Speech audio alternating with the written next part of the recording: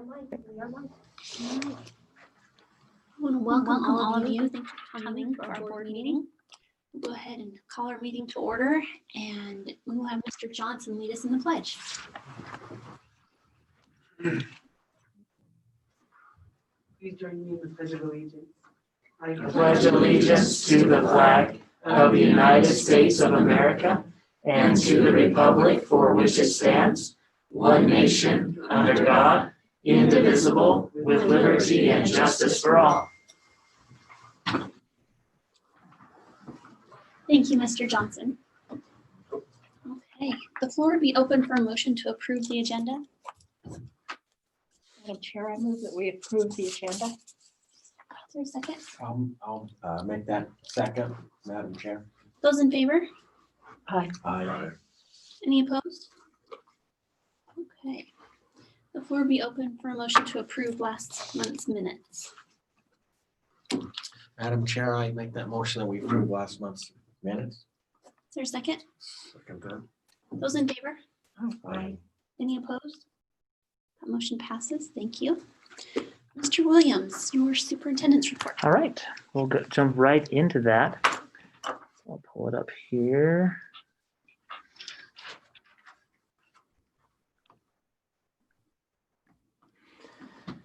All right, first off, I just wanted, with starting this new school year and all the different things that are going on, I wanted to pull up some just quick slides on and reflection on things that have been guiding us in leadership and what guides our instructions and direction. And it's really difficult to speak through a mask, I'm just gonna say.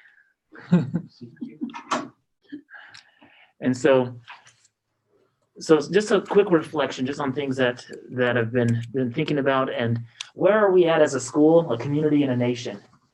And we know as board members and those that we have a political figure, there's so much unrest going on in our community and in our nation right now, from COVID, financial unrest, polarized political events, fires, storms. There's little trust that people have in public figures. And so I want to just bring the board back to, you know, like, what are we going to do and how do we navigate these difficult times? And I put the question on there, should we avoid all aspects of change? I know that with some of the surveys and things that I've sent out, we've had people worried about, well, why are you wanting to change things? Why are you wanting to do things? But should we avoid that change? Should we just put off decisions until things get better? And I guess the question is, what does get better look like? How do we create a better world, a better community, and for us specifically, a better school district, a better environment for that? And so with our book study that we've had in the past, I wanted to bring up the term rumble. And a lot of times when people hear the word rumble, they think that means let's fight, let's put up our dukes and rumble.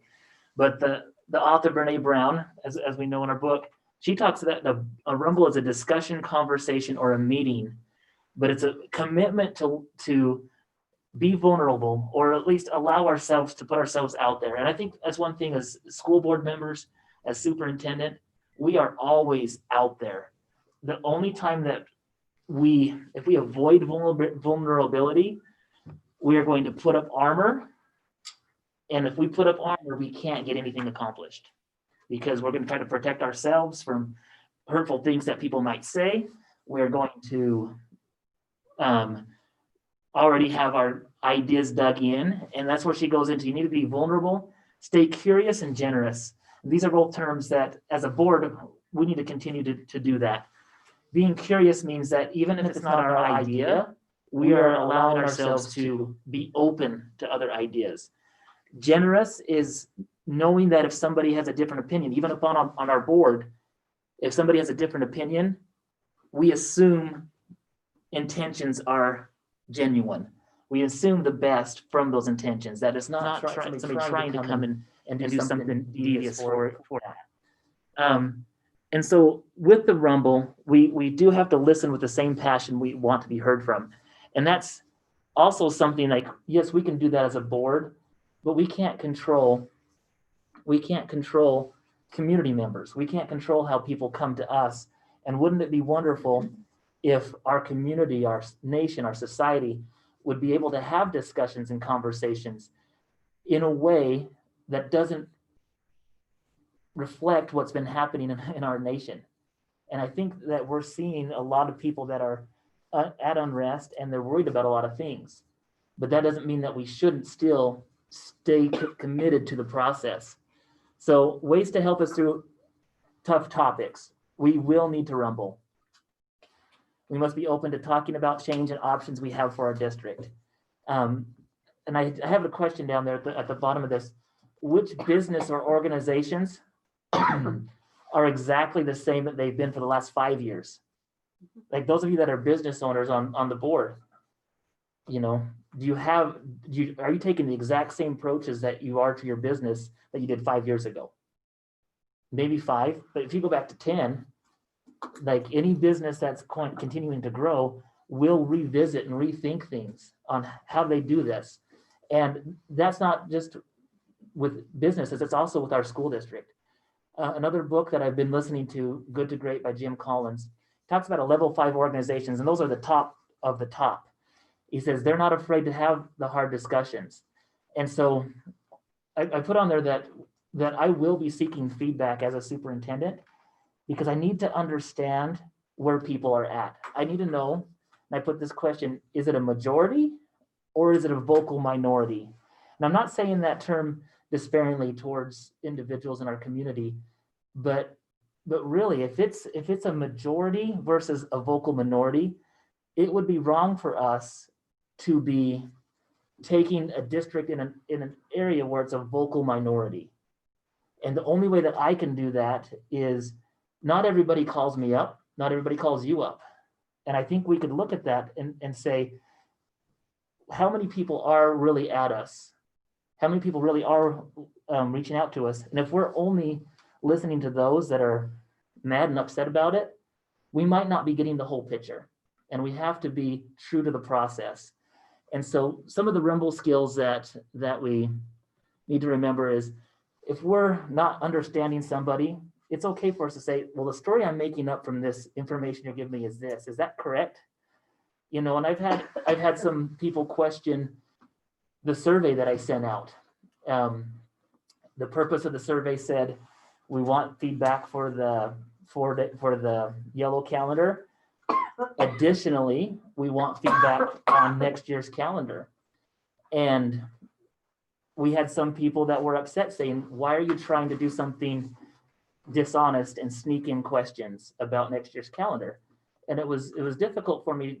So the story I'm making up is, are you assuming that I'm trying to do something dishonest? And, you know, as a superintendent, I'm going to ask questions and I'm going to seek survey results. I'll take direction from the board as you hear from your constituents. And if you guys feel I need to take different directions, you know, this is the group that I'll listen to on that.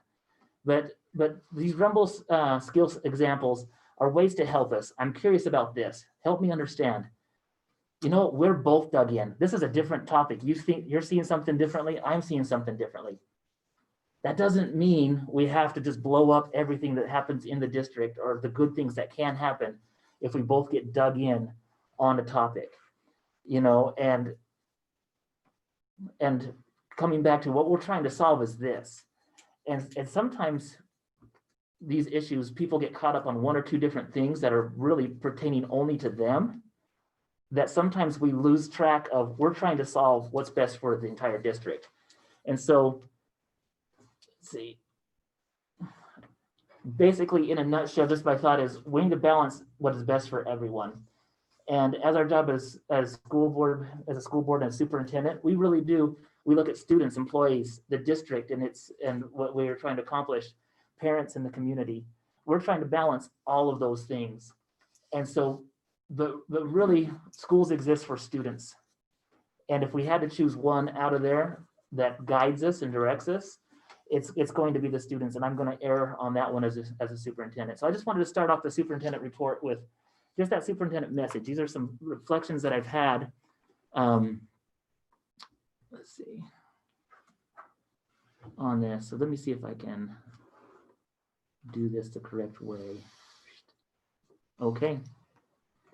So go back to the superintendent report. Any questions on or comments on just the reflection as a board? I put on here going to schedule the PAW meetings and get those sent out. So PAW meetings will get started. Not all of them will have a morning and an evening session. Some of them will only be in the morning, and those would be on dates that have evening activities scheduled already. Just an update on the school year. Enrollment is up, which is really exciting for me because I thought with the COVID, we would have more people staying home. And we actually did have quite a few people choose to stay home, but we had more people enroll into the school. So we are actually 13 students higher when I looked at it last on our power school. The growth is mostly in elementary and junior high. We are actually down at the high school to about 190. Last year we were about 203. But with the growth in the elementaries, that made up for that. Were you able to connect with those people that stayed home and ask them if they would work with us and be able to count them? And it wasn't all, we were able to reach out to some, the ones that contacted me earlier saying that they weren't going to come, their kids are coming now. Okay. And so those were the ones that were on the fence. The others were, we have to remember that we also have 110, approximately 110, that's what our number was last year, students from out of district. I haven't had the final count yet for now, and that can fluctuate. So you think maybe some of those that are staying home, we will recover later? There's a possibility, yeah. So I don't have the chart up here, but looking at like the historical levels of the district, I think we've hit the bottom and we're going to start to come up. Whether we plateau or I don't think it's going to go fast. The only thing that would really change it to really fast growth is if building opportunities opened up. I know that any of the areas, if we had an opportunity to build out here, we would have a lot of young families.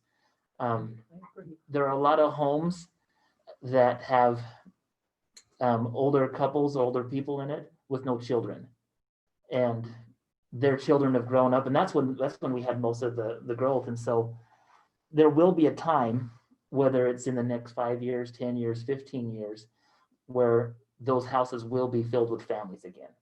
And so that's one of the things I think we need to keep in mind. We aren't going to shrink into, I don't think we'll shrink into a 1A school looking at that.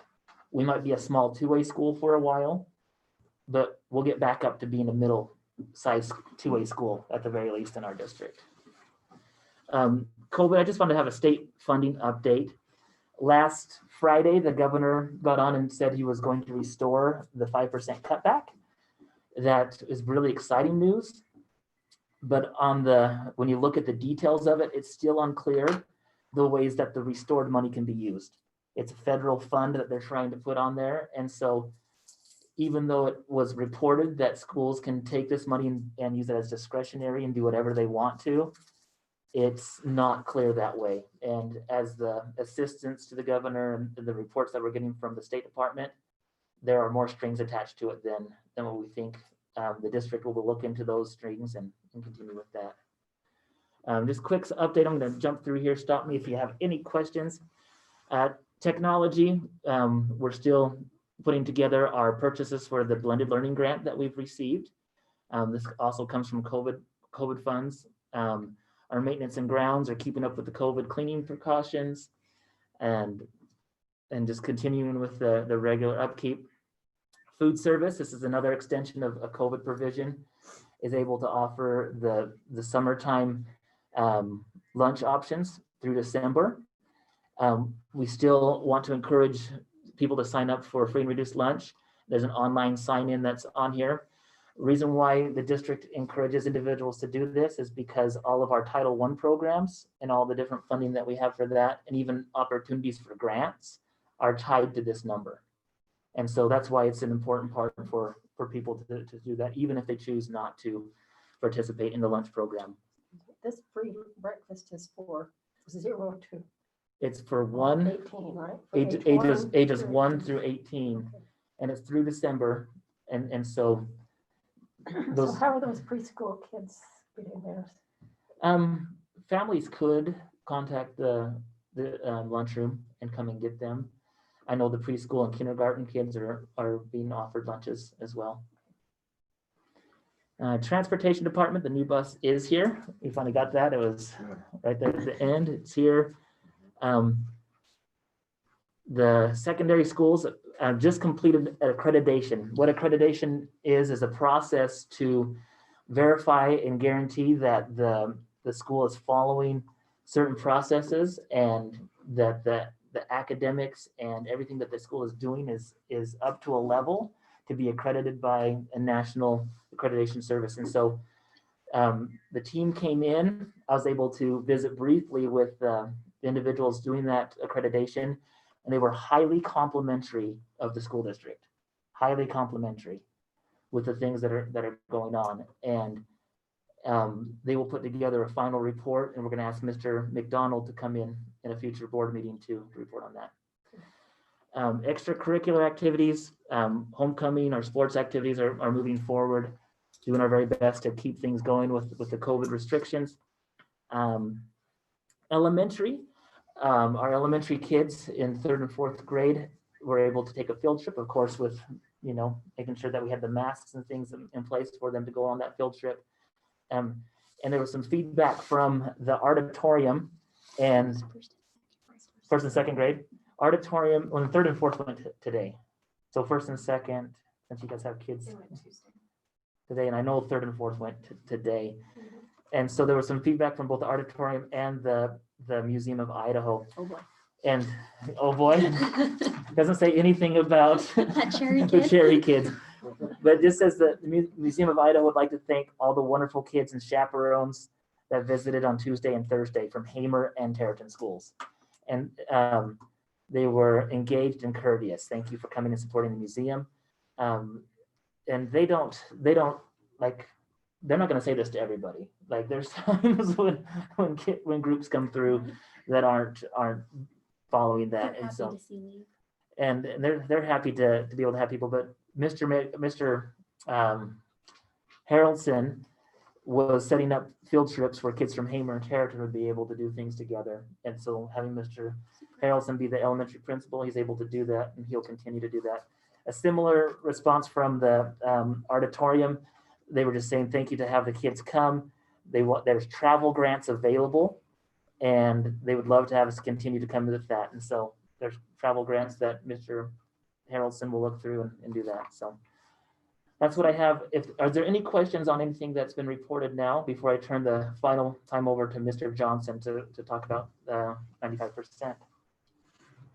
So I do want to introduce the board to one of our new hires this year, Mr. Kyle Johnson. Kyle, you can come on up here while I'm introducing you. Mr. Johnson is coming to us from the Madison School District. We were able to entice him to come out here and be able to be our Title I coordinator and reading interventionist. And I've asked him to take a few minutes just to talk about the 95% reading program. This is the one that we purchased last year, had the training, and let you do an overview. So with that, welcome to the school board meeting, Mr. Johnson. Let me pull up your slides right here. So first off, I just want to start off by saying thank you. Thank you for all your dedication, for the time, and I know it takes a lot of money to start new interventions and different things, but we appreciate it. And as educators, as teachers, and the students, I've noticed here at the end at Hamer, as well as Tarleton and Hamer Elementary School, that your teachers are dedicated. They're dedicated. They want this. They want some interventions and something that's going to help them and help their students become successful in reading.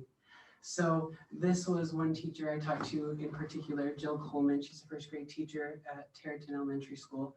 And she said, I want the most bang for my buck. This program identifies their individual needs. In small groups, we are able to target those needs and help them progress and feel successful at their own pace. Jill and I had a great discussion about this, and we talked about how important it is that each student feel success And they're going to feel that as they continue on in this program. You want to go ahead to the next one? Yes. Let's see. So what are we doing right now? In every single grade from kindergarten through 8th grade, they are doing what are called routines. The 95% has whole class, whole group routines that they do 5 minutes a day. They did start off because of all the COVID things taking a little bit longer on those as we began. In 1st grade and in kindergarten, they start out with the simplest forms. They look at phonemic awareness. They start with just the simple sounds, the beginning and ending sounds of words in their routines. Then by 2nd grade, they start teaching the blending routines where they're taking words and, or sounds, excuse me, they're taking sounds and breaking them apart and rehearsing them in their heads. And then they're taught to perform them by saying them out loud. So they're starting to blend those words. I'm going to go to the next. Yes. So this started just this year, right? Yes, this just started this year. Okay. Yep. You got the training last year and they worked with it a little bit. Yes, so my understanding is that they had the training last year and they started working and putting together the kits. And then this year we're implementing it. Okay. Yep.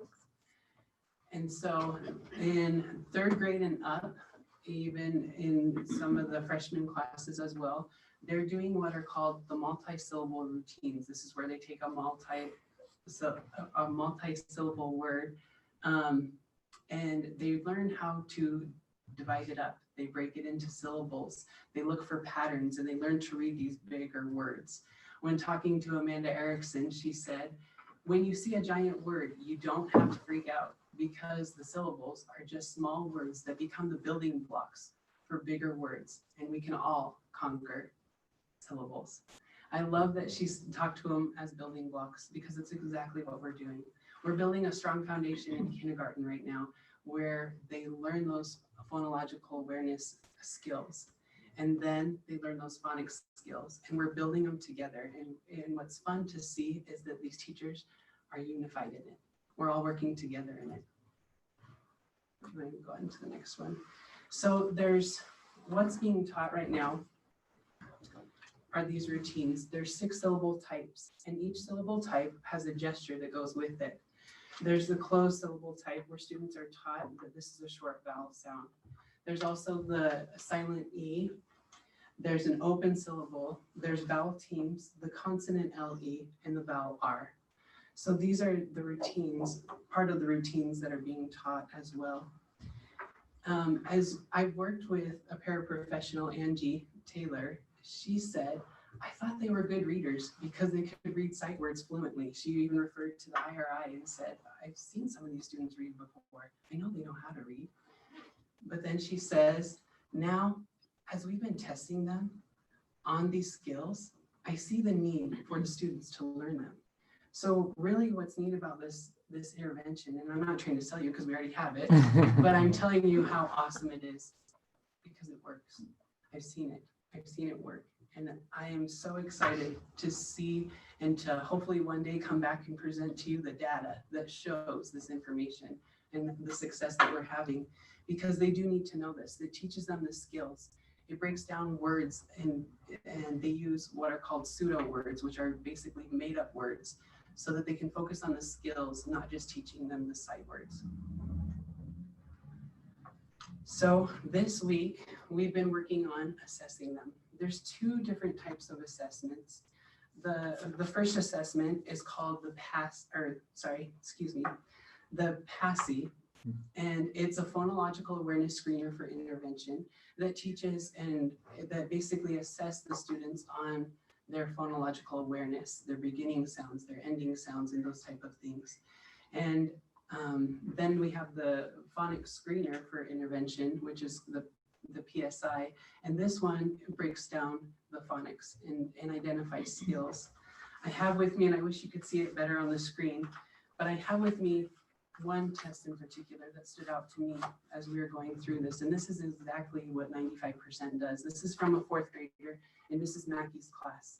And what this student did is, or what we noticed that as we assessed this student, is we found and pinpointed the exact hole that they have. in the reading skills. We're able to see that the student not only had a hard time with closed syllables, but in particular, the short E sound. So we were able to identify that. We're going to go then next to these binders. This is 10.2 that teaches specifically to those skills.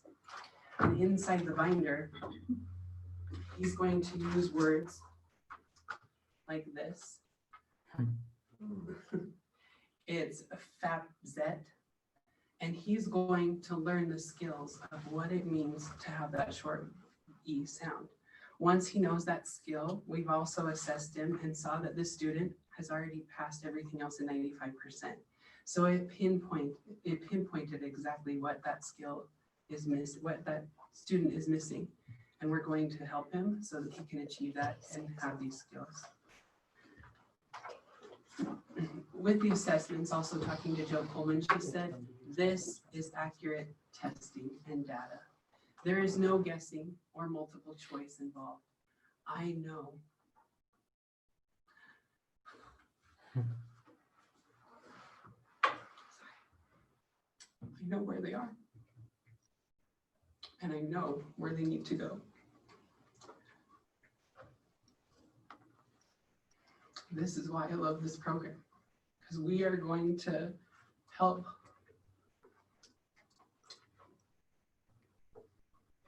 these students succeed. They're going to learn reading skills, not just memorize words. And it is going to make them and set them up for life. I have with me, and if you'd like one, you're more than welcome. I'll put them on the back table. Just a breakdown of all the skills that are taught and how they're taught. So this is what we're starting with. And like I said, I cannot wait to show you the improvement. I hope we get to, like all of you, I'm sure, I hope we get to stay in school so that we can continue to help these students. And that's all. If you have Any questions for Mr. Johnson? I don't have a question, but I see the passion and I'm so thrilled. I think that is wonderful. Our kids are in good hands and I feel so much better. Well, I appreciate it. And I'm glad to Are be you part going of up to K-8? Are you going to eighth Yes. grade too? Yes, yep, So you're finding all those kids that may have slipped through the Absolutely. cracks. yeah. And right now, we're doing those assessments and we're helping them exactly with what they need. And in 7th and 8th grade, they are doing the routines. That's what they're starting with in 7th and 8th.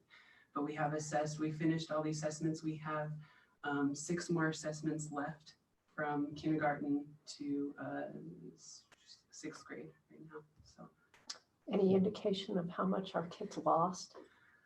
a lot. Did they? Did A they? lot. Oh, We'll talk about that in the strategic, in the continuous improvement plan, but okay. it's one of those things, as Mr. Johnson and I have been talking, how timely it is that we have this program. Now, I'm passionate about reading, but I like to go out and find people that are even more than I am. And I think you found it. I think we did, and for me, it wasn't a find, it was a steal because I brought one of Madison's best out here to do this. And Mr. Johnson is working with Mrs. Dixon. They share the responsibility. This program is used in our special ed, but also our Title I. And right now we have a lot of work. But this is the program that our kids need. And this program isn't in a lot of schools in Idaho. It's in different places. With my background, and we've already bought it, so I'm not selling it, but this is one of the best. But it's not, this is something, one of the reasons why I wanted Mr. Johnson to come in and present wasn't to sell the program, but we purchased this program and it is going to be implemented. We didn't just buy a program that's going on a shelf that we're putting to the side and think that we're doing it. This is going to be the real deal. So. And the teachers have that buy-in. And that's one thing that I wish we had more of in Madison, but I absolutely love how dedicated they are and how much they want this. So thank you. Thank you. Thank you. Thanks for coming, Mr. Johnson. Okay, does that finish up your superintendent's That report? is all I have, Madam Chair. Super. Do we have any public comment? No? Okay. We'll move on to the consent agenda. The floor will be open for a motion to approve the consent agenda, financial and personal. Madam Chair, I make a motion, we approve the consent agenda, financial and personal. I'll second that. Those in favor? Aye. Any opposed? That motion passes. Mr. Bond, Yeah, well, sorry to I'm keep you still trying to waiting. figure out what FAPSET means. It's a pseudo, FAPSET is a pseudo word. It's Okay, just- I was gonna it's say, not real. I need to go back to school, FAPSET. Well, I appreciate the opportunity to be here this evening. At each of your places, I've put a copy of the financial statements and auditor's report. There are two items with that. There's a letter at the very back as well as the financial statements. So let's take just a few moments that I have and address some of the major things during the audit and then answer any questions that you might have. So first of all, let's look at the auditor's opinion. That's what we come for. We conducted the audit last month in the month of August with the assistance of Patty and her staff, superintendent. Our opinion this year is a modified opinion. The modification comes from, if you'll turn with me to page 2, the modification comes from the requirement for districts now to have the actuarial valuation done on other post-employee benefits. That's like a FAPSET right there. Other post-employee benefits are really retirement benefits promised to your teachers, and in this case, that'd be related to the sick benefit. That needs to be measured by an actuary and then the information provided to the district. About 5 or 6 years ago, you had that done. It's only good for a couple of years, and so you haven't had that done since those 5 years have passed, and so we're going back to a modified opinion. We did talk about the possibility of renewing that and the cost benefit. And so that's something that the district will look into in the upcoming year. That's the only modification or reason for the qualification. You can read that there in the basis for qualified opinion, as you can see in that paragraph following the table. Other than that, everything was a clean or unmodified opinion. And so let's look at some numbers now.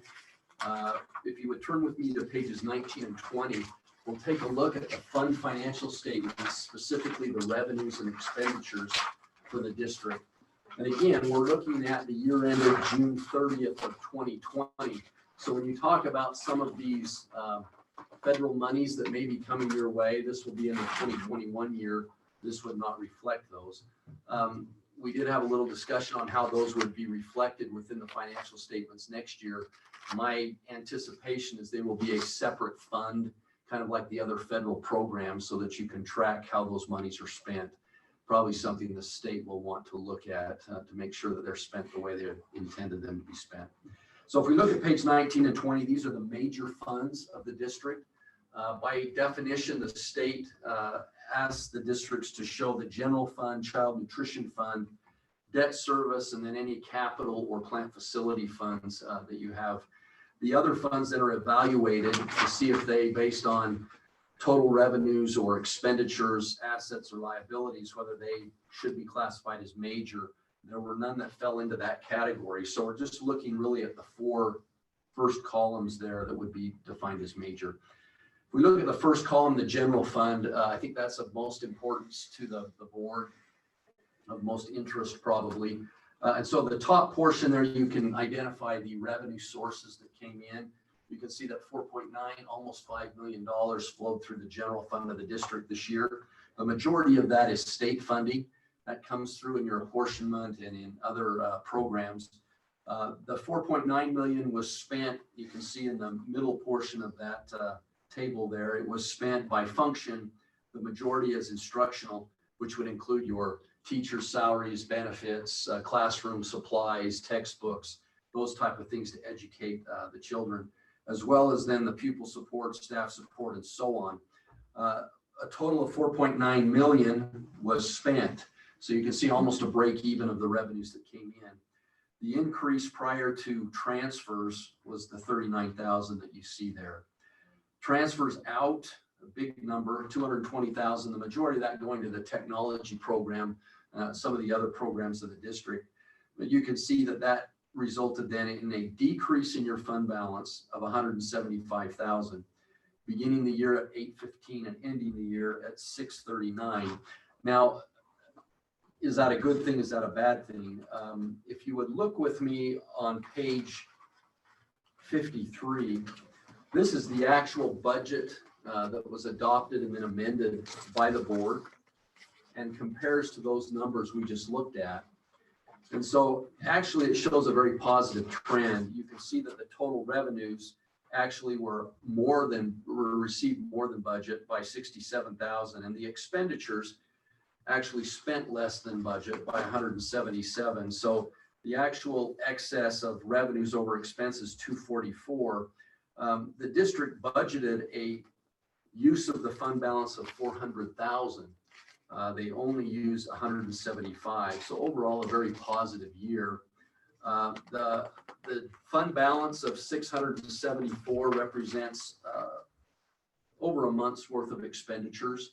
Would like to see 2 to 3 months, but as you deal with COVID, as you deal with things that are unknown, having a fund balance becomes that much more important.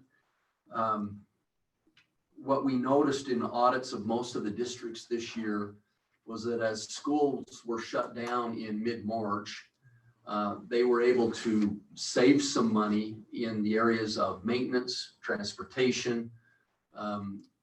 And then we also saw a lot of districts benefiting from the child nutrition program that you talked about, being able to bring in more revenues as they eased up the requirements on who could receive those meals. And then you did receive a higher reimbursement during that period. So overall, I think the general fund looks strong.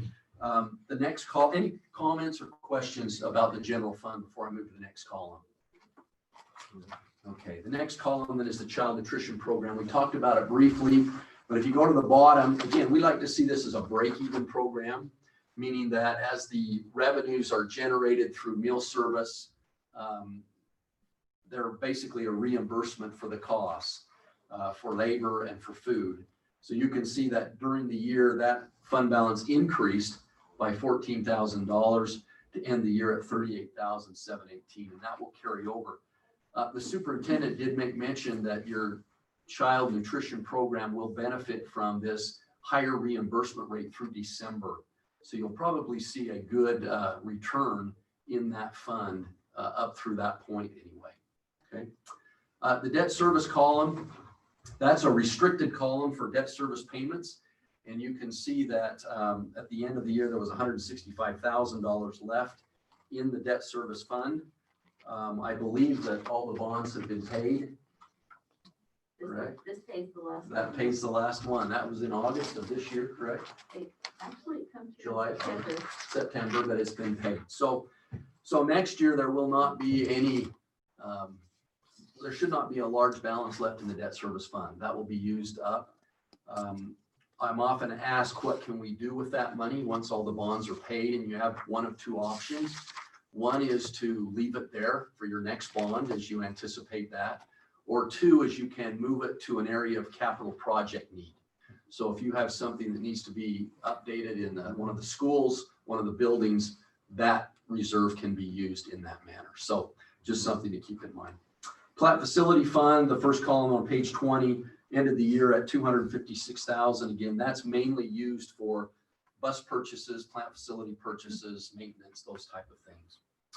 So overall, we'll look at those fund balances in just a moment, but I think every one of those major funds showed good improvement, a strong fund balance at the end of the year. If you would turn with me, I'd like to look at a few of the footnotes in the financial statements. Page 47, I think, is an important one. When we do the audit, we are required to disclose to the board and to the state of Idaho if there are any funds that end in a deficit. There were none in the district. And then if there were any funds whose expenditures exceed the budget that you adopted as a board. And in this case, there was one fund, the Medicaid fund, that had expenditures in excess of budget of $3,401. That's not unusual. I think in the 6 districts that I've audited this year, there were probably an average of 3 or 4 funds that had expenditures in excess of budget. So one is nothing to be too concerned about. When I get concerned is when I see a budget exceeded and it creates a deficit in a fund, because that budget is a control that should be monitored not only by Patty and the accounting department, but also by the board as you review financial information monthly. So again, just the one item that was over budget. Let's look at, if you wouldn't mind, footnote number 50, or excuse me, page 50, footnote number 14. Footnote number 14 explains, it starts really on page 49, but it gives definition of the types of funds. And then we are presenting here on page 50, the funds that the district has by those definitions. And mainly we're looking at restricted funds, committed funds, and then unassigned funds. By definition, restricted funds are those that have restrictions outside of the district, meaning that a grant, a state, a federal program is limiting the way those funds can be spent.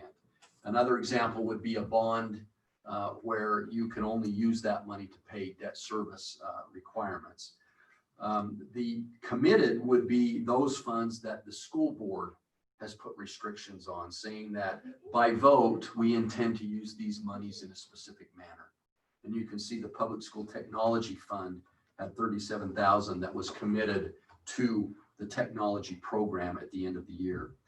And then unassigned, by definition, means it's available to be used as the board sees necessary. So the general fund balance has an unassigned amount of that 639. Some of the districts, just for information, some of the districts that we audit have adopted a policy to have a minimum fund balance. In other words, they're planning for what may happen in the future. It's called a stabilization policy. Some have said we want to have 2 months worth of reserve. Some have said we want to have 5% of our budget. And so they've used that to look at their fund balance and say, this is what we're comfortable with. And it allows you then to move something out of unassigned, meaning there's no requirement on it, to maybe committed, where the board has said, we want to maintain this for unexpected things that may happen. And we've seen how that can affect a district a couple of times. We've seen it several years ago when the state cut back money. And then we saw it with the COVID issues this year, how some of the programs and some of the funding was adjusted. Any questions about those fund balances? All right, last two, yes, please. What do you think about having 2 months on hand? What do I think? I think it's important to have a policy in place that you as a board are comfortable with, whether it's 2 months or 1 month, whether it's 5%, just something that you feel comfortable that every year you know that we're not out of money. If you start to get to the point where every year is a break even, it makes it very difficult to plan for the upcoming year, to hire teachers, to run programs. And so by having a reserve, if a boiler goes out, if a roof needs to be replaced, if you have an influx of students and you need to hire new teachers, you have a reserve available. So as an auditor and a very conservative person, I like to see at least 1 to 2 months worth of fund balance reserve. My opinion only. Okay. To close, let's look at pages 66 and 67, 68. These are the other non-major funds that we talked about. So these are the ones that didn't meet the state definition to be disclosed separately, but they're here in the bag. And majority of these are going to be the state and federal programs. Just as a reminder to the board, federal programs now through the state of Idaho are mainly reimbursement grants, meaning that you incur the expense first, you submit those expenses that qualify to the state, and they reimburse you. And the revenue is recognized as you receive that reimbursement. And so the majority of those funds will have a zero fund balance because you're just getting paid back what you incurred already. That doesn't mean that there isn't money available at the end of June in those programs, because the state gives you an allocation. And so Patty could tell you if there was an allocation remaining, say in Title I or the special ed programs. But as far as the financial statements, most of those will be a break even or a zero fund balance. The last thing I wanted to then show you would be the student activity funds. There's been a lot of discussion about those over the last couple of years. You can find those beginning on page 73. And these, again, are the student fees that mainly run through the high schools, elementary schools, and should be spent on the students who pay those fees. There's a change coming this year with how those student fees are accounted for within the district. They will remain the responsibilities, I would assume, of the high schools and the elementary schools, but they next year will be reported within the financial statements as a special revenue fund, back up where we were just looking. And what that means is there's going to be a little more emphasis placed on your responsibility as a board for those funds. And then the transparency of those funds about whether there's budgets for those monies, whether there's controls over those monies. And this doesn't come from the audit world or from the state. It comes from the federal government, who says this is a new pronouncement, a generally accepted accounting principle that must be followed. We received a letter from the State Department of Education that says, here is how we anticipate this will look in the financials. So Patty has a copy of what funds those will be and how you'll report those and what they will look like. And so next year, when we do this financial statement presentation, we'll probably take a little bit more time and look at those activity funds and kind of show you the difference from this year compared to next. Before I finish on this page 73 and 74, what I noted in a lot of the districts that we audited this year was that the student activity funds, a lot of those programs were kind of cut short at the end of the year. A lot of the seniors didn't get their proms and ball games weren't played. Spring sports didn't happen. And so some of the funds that maybe the students paid were accumulated or getting bigger. Hopefully those coaches, those advisors, those principals understand that and will adjust fees appropriately, or will use that money to benefit the students coming through this year. We had that issue again at the end of the last school year, June or May, June, where a lot of those programs didn't happen. Would Yes. there be any chance that some of those students would want refunds? You know, I don't know that that option has ever been given because those monies are usually paid at the very first of the school year, allocated to different programs. So I doubt the opportunity for a refund would happen. And that would be something maybe the principals might have to address. And I can speak on that directly with our spring sports, that there were times they offered a refund for the students on the And that's appropriate. spring sports pay to play. And they were also given the option to carry it forward if they needed to. So that was given to our students. Great. I think that's appropriate. Any questions? That's all I have for this evening. I'd like to thank Patty, thank the superintendent for their help while we were here. And if there's any time that you're reviewing these things or questions come up, she's got my contact information. Please call me and we can visit on the phone or whatever. Okay. Super. Very good. All right. Thank you. Thank you so Thank you. much. Thank you.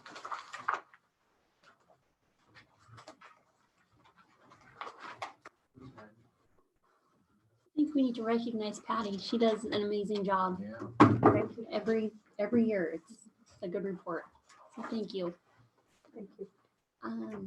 The floor would be open for a motion to accept the auditor's report for the 2019-2020 fiscal year. Madam Chair, I make that motion that we accept the auditor's report for 2019-2020 school Second. year. Those in favor? Aye. Any opposed? Passes. Thank you. Mrs. Rigby, you're not able to sign checks. This is true. We need to fix that. Why not? Haven't approved that yet. That's what. Oh, do we have to approve that? Have you signed the signature card or not? You have, so. Okay, so a motion to approve that Mrs. Rigby be approved to be a signee for the West Jefferson School District bank accounts. Would you like to make that motion? Madam Chair, I'll make the motion that we, whatever that, Approved? approve I have it up on the. Here we go. That's so helpful. Ms. Rigby that she'll be able to be a signer on the West Jefferson School District bank accounts. Is there a second? I'll second that, Madam Chair. Those in favor? Aye. Any opposed? Motion passes. Yeah, now your hand gets wore out. They have stamps for those. Now you have power. Yeah. Okay. Weird here. I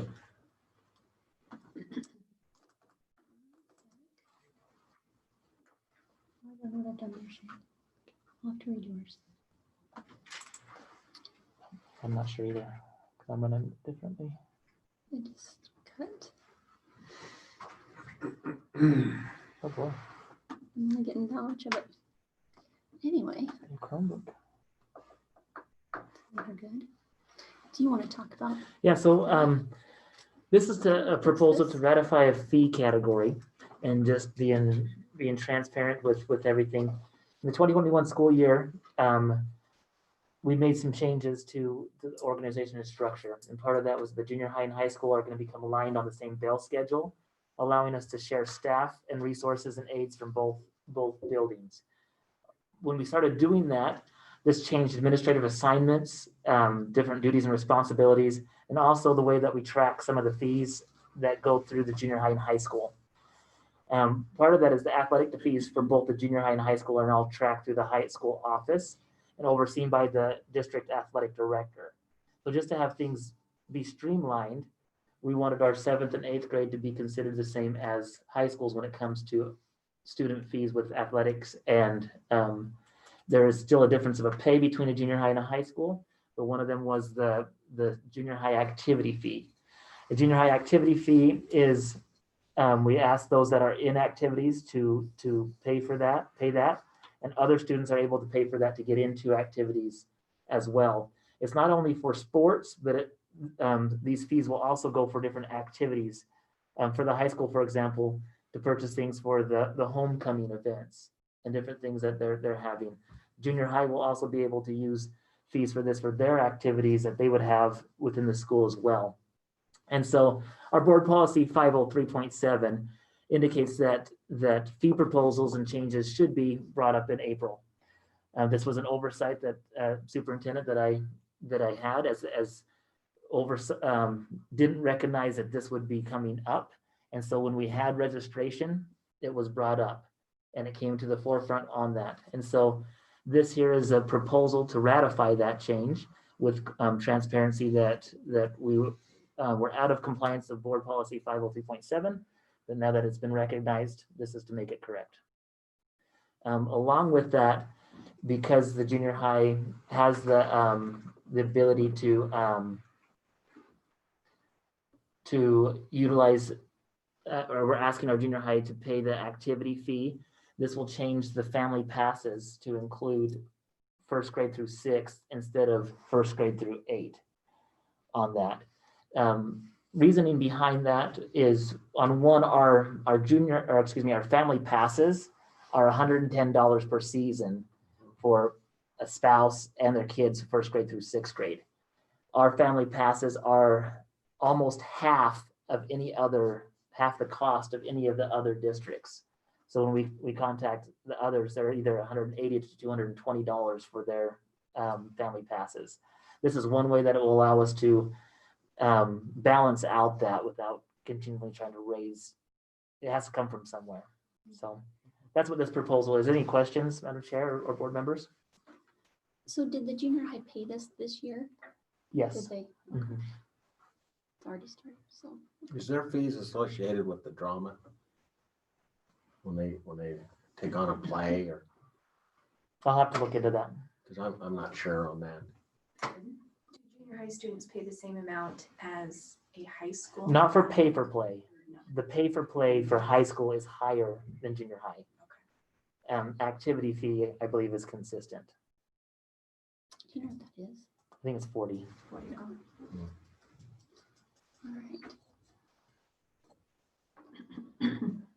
So the floor would be open for a motion to ratify the fee change for the junior high activity fee and the family pass to be for K through 6.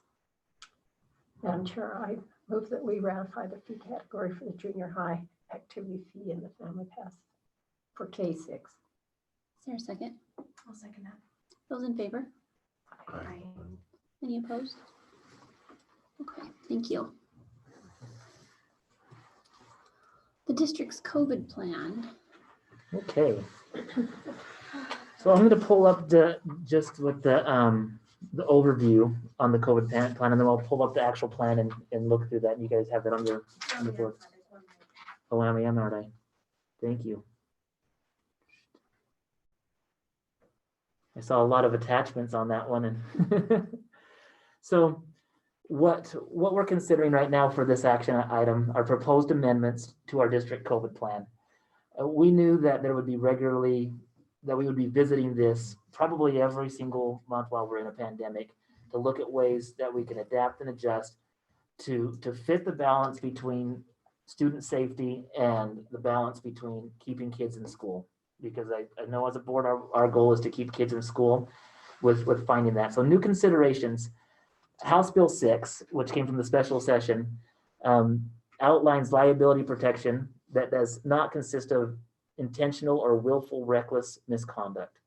And we have the different attachments that go into what that stands for, what those definitions are. And so one of the considerations that we have is finding a balance between protecting the potential health risks associated with COVID and the potential academic and social emotional risks associated with extent closures. And there's a consideration on both sides as a board. You know, you look at how does this pendulum swing? How do we find this balance? And I know from the very get-go, we had both sides, and that's what we've been trying to balance as a board, what to do. So one of the recommendations is along the line of the 14-day isolation recommendation from Eastern Idaho Public Health and the CDC. And so I want to pull up what the plan, make sure I pull the correct one up. So quickly, I'm just going to pull up the legislation that came through that just identifies that there's limited immunity from liability. So we do have immunity from liability, but it is limited. And this is only in effect until July 1st, 2020. So they're looking at that. That's what the House bill is, not something that we can just come in and say, okay, let's pretend like this isn't out there. We still have to have some reasoning and measurements behind why we're choosing what we're doing, but at least there is. Now, as you look at that, one of the things that we look at those that are given immunity, I'm going to highlight up here. One of them that is not included is the Idaho Public Health District. So that tells us right there that individuals from the Eastern Idaho Public Health don't have immunity. So the guidance and feedback that they are going to give us is going to be straight on from the CDC with no wavering. But what this bill does allow us as a district to have the protection, as long as we are taking the steps of discussing, looking at what we can do, what we should do, and moving forward. Looking at the definition of damages and liabilities, hopefully I highlight that. This means misconduct, means conduct in which a person makes a conscious choice as to the person's course of conduct under circumstances in which a person knows or should know that such conduct would create an unreasonable risk or harm to another and involves a high probability that such harm will actually result. We'll get into a lot of legalese on that one, but when we're looking at that, what do we define as harm? There's harm to the health, and there's also harm to the academics, and there's harm to the social emotional. And so we're trying to balance all of that, and House Bill 6 gives us those liability protections to have this discussion. And so along those discussion lines, here are some proposals that we can discuss today and decide on it. You can see that from our last update, which was updated on 8/20 from our last board meeting. These are proposed amendments for tonight, looking at the different things.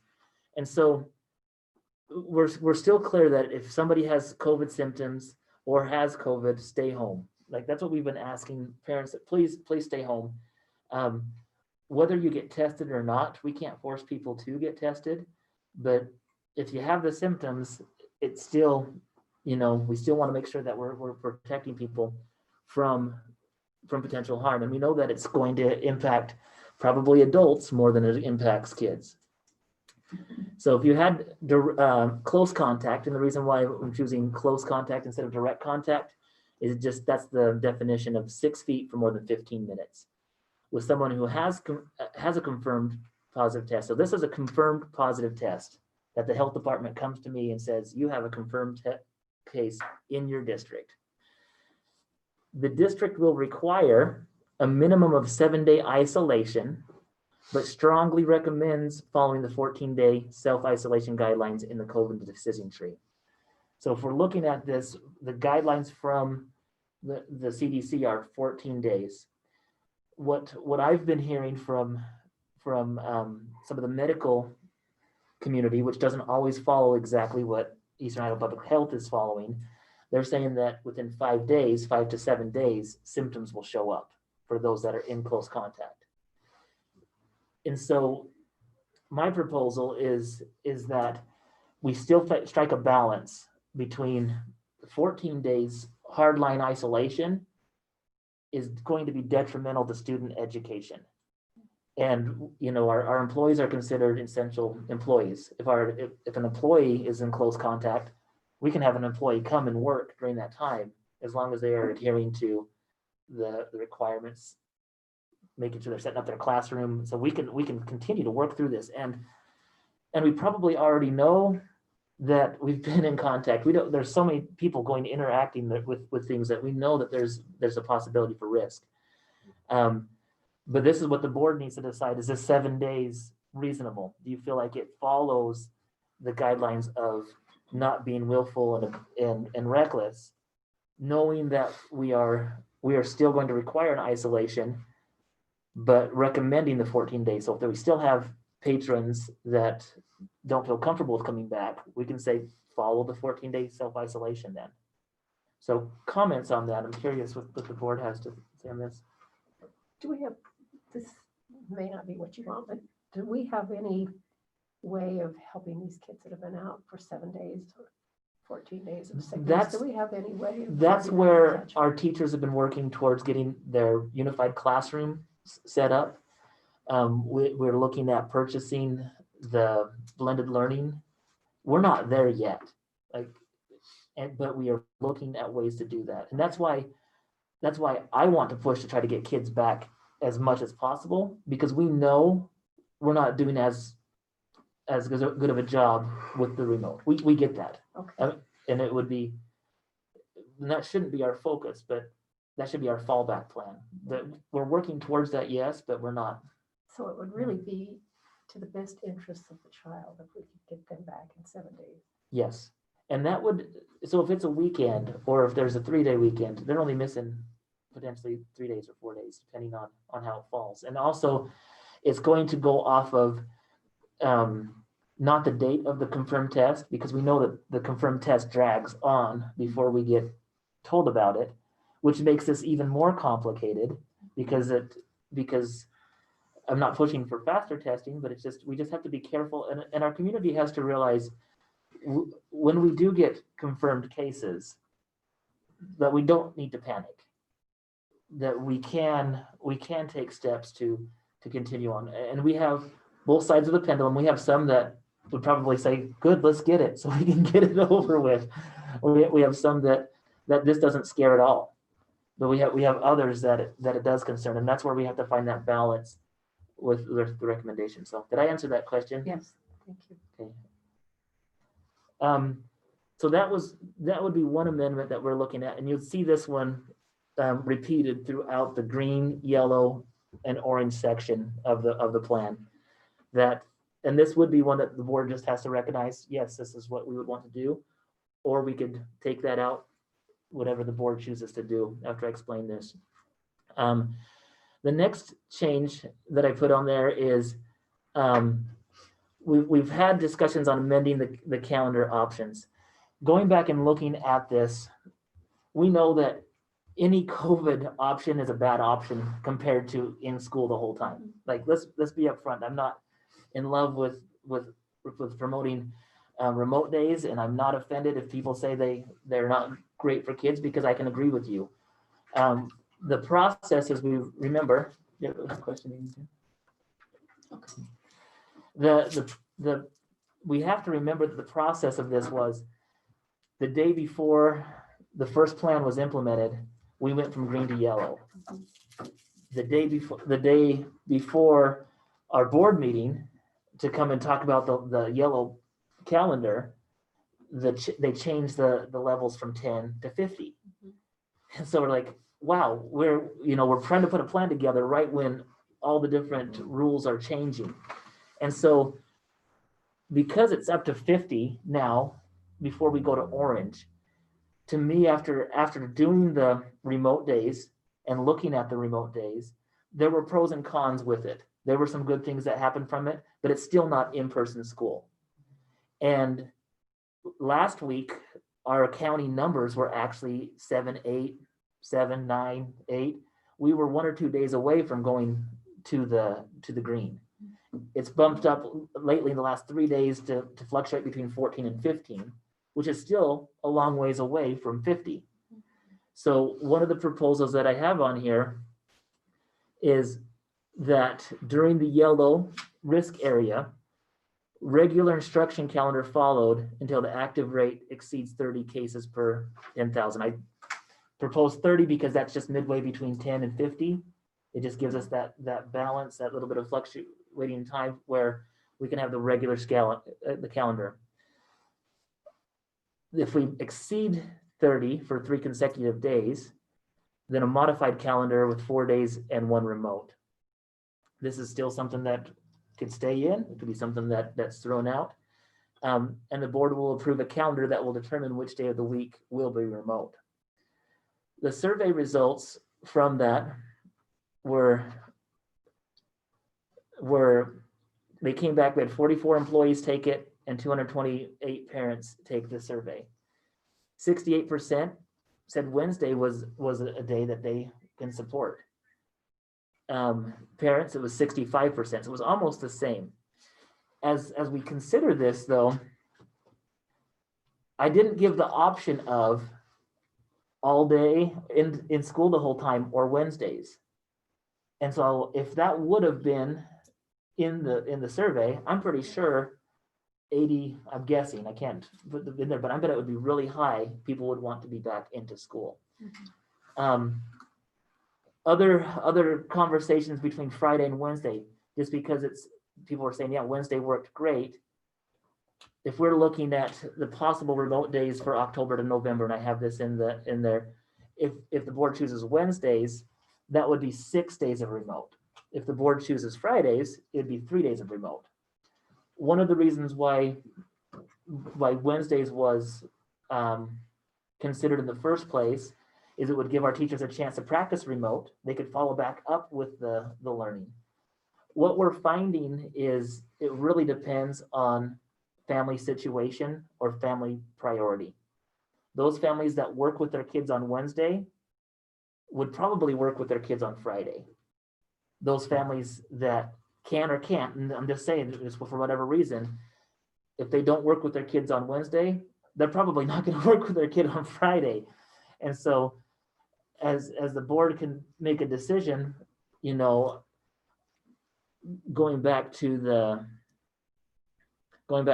proposal, there's a couple, like I said, there's a couple different things with these amendments that could be taken apart. It could be accepted as a whole, or it could even be put off for right now, that the board will approve a calendar that will determine the day of the week will be remote after we get to 30 cases. And so it's really depends on what you guys would like to do. The other amendments that go through here, just take the plan and use the wording with the 7-day isolation as a requirement with a recommendation for the 14-day. You'll see that throughout. Others would be the same thing with the 7-day isolation, but recommending the 14-day, and same thing here, self-isolation 7 to 14. So I'm here for questions, and it's open for, back to you, Madam Chair, to. Maybe I'm misunderstanding. To go from green to yellow, I thought they increased that number to 50. No, That was still 10, it was going from yellow to orange. Yellow to orange. It was originally 10 to 20. Yes. Now it's 10 to 50. Okay, yellow to orange. and if it was 10 to 20, right now, we would be right in the middle. Right. And now that it's 10 to 50, we're really closer to the green. And that's why the proposal of following the regular calendar, let's get kids back in school, there's no sense to go to that yet, but that's where we have to balance as a board. What would you like to see? We've got the harvest. So the kids are in one more day, right? And then, oh, no. No, we have three more next days. week. So when they get back, and will they go Wednesday? They will go Wednesday. They will go Wednesday. So when they get back, won't it depend a lot on what's happened in the community? How? At that current time, right? It could. It could. How can I feel But good it about it? still is based on the 10 to 50. Right, Mhm. So what is the likelihood of it skyrocketing to 50 in a 2-week period? I don't know. When over Well, weeks and weeks and weeks, we've maintained in the low I teens don't to know. the single What are they doing digits. out there? in the So, studs? so I think to answer that by putting 30 as into the plan, that gives me as a superintendent, I can watch Eastern Idaho Public Health News and just say, this is what the plan says. We've hit 30 for 3 days. We need to go to remote. If we stay under, then the plan is you get to use those little magnets that we passed out at the magnet calendar still works. Oh, yay. But Okay, I see. you All see right, that, So if we voted tonight to say we're going back to school full time, or at least if everything is as we want it to be, then Mhm. when they come back, they will know they're going to school full time. yes, with this proposal, this amendment right here, pull that one up. That would be that we get to go full time until cases are 30. Right. On that, just trying to figure out the balance, and we maintain the precautions of a yellow. What if our community is fine, but other communities are not, that are in Jefferson County? Can we still go I full time? I think this is going to be what the board gets to choose. And that was what I was explaining with the Okay, liability option. It gives us that flexibility okay. to feel that as long as we're weighing the pros and cons of it and trying to get kids back in school compared to out. Right. And so I really think, the question that, Nedra, that you ask, what day of the week will be remote? Mhm. And I guess that's what you guys would have to decide if you want to address that tonight, or accept the amendments without choosing a day and waiting until it's 30, or you can just go ahead and do it. Going back Well, your to, survey surely indicated people like that better. they did like the Wednesday, but I didn't give them the option Yeah. of a full time. That didn't come up until after the survey was sent out. And that's the part that, But we would have this in the back of our minds if we have to change from full time back to. Right, it would already be a missing plan day. in place. So it's not like we'd have to have a special board meeting Right. at that point to decide a remote learning day. are there any So thoughts of, like, 'cause I know the survey says 68 for Wednesday. I've had feedback. Like, I'm curious to know if there's been any others, because I think the way that we would do this is if we would have had the full picture of that, knowing that survey question could have gone out, I think that could help us feel comfortable saying, I don't know, it just depends. Mrs. Rigby, why don't you give your feedback first? Some of the feedback I've gotten is that Wednesday breaks up the week and makes it kind of funny to follow, because you're starting out Monday, Tuesday, everybody's on board with following the days of the week, and then you have a break. And then it's hard to get back into that routine. And I've also heard that it's hard to keep, as a teacher, keep a routine in when it's broken in half, midway through the week instead of, so we're doing Monday, Tuesday, Wednesday, Thursday. If you had to have a break, have it on a Friday. I've heard that the remote learning day isn't really being used as a remote learning day. It's a day to do other activities, regardless of what those activities are. Students aren't coming in that need to be coming in on those remote days because the family has planned to do other things other than school related things. So I don't know that it's like Shane said, family that's gonna work with the kids on Wednesday is still gonna work with their kids on a Friday. I don't know, I don't know if the sports thing needs to come into play. At that point, I don't think that's really the purpose here by No. saying, hey, we're out Friday because we're accommodating boy games. That's not really the situation for this. They're not all on just Fridays either, so Yeah. you've got them scattered throughout the week. I don't And know. I've heard from a patron that said it was hard to get up on Thursday morning, and After it was being like out. Monday morning, get up, All go over to again. school, and then you do it all over again. But when I see this survey, I think it's a matter of people that really hate it said so, and those that don't hate it or don't care. So, and I was one in the beginning that was all for Wednesday. You changed I your mind changed my now. mind. You want Friday? Yeah. Make the week more consistent, Yeah, right? I'd like to see consistency in the schedule. See, and I've heard a couple that really like Wednesday because they like the break in the middle of the week. They feel like their kids are rejuvenated and And it works. I ready to mean, go. there's a lot of people, have lessons on that Wednesday or, like I said, other activities. I don't know. It's not an easy, this is not an 'Cause, easy, it's one there's of those no, things. there's no right or wrong, and I can see the both sides of it.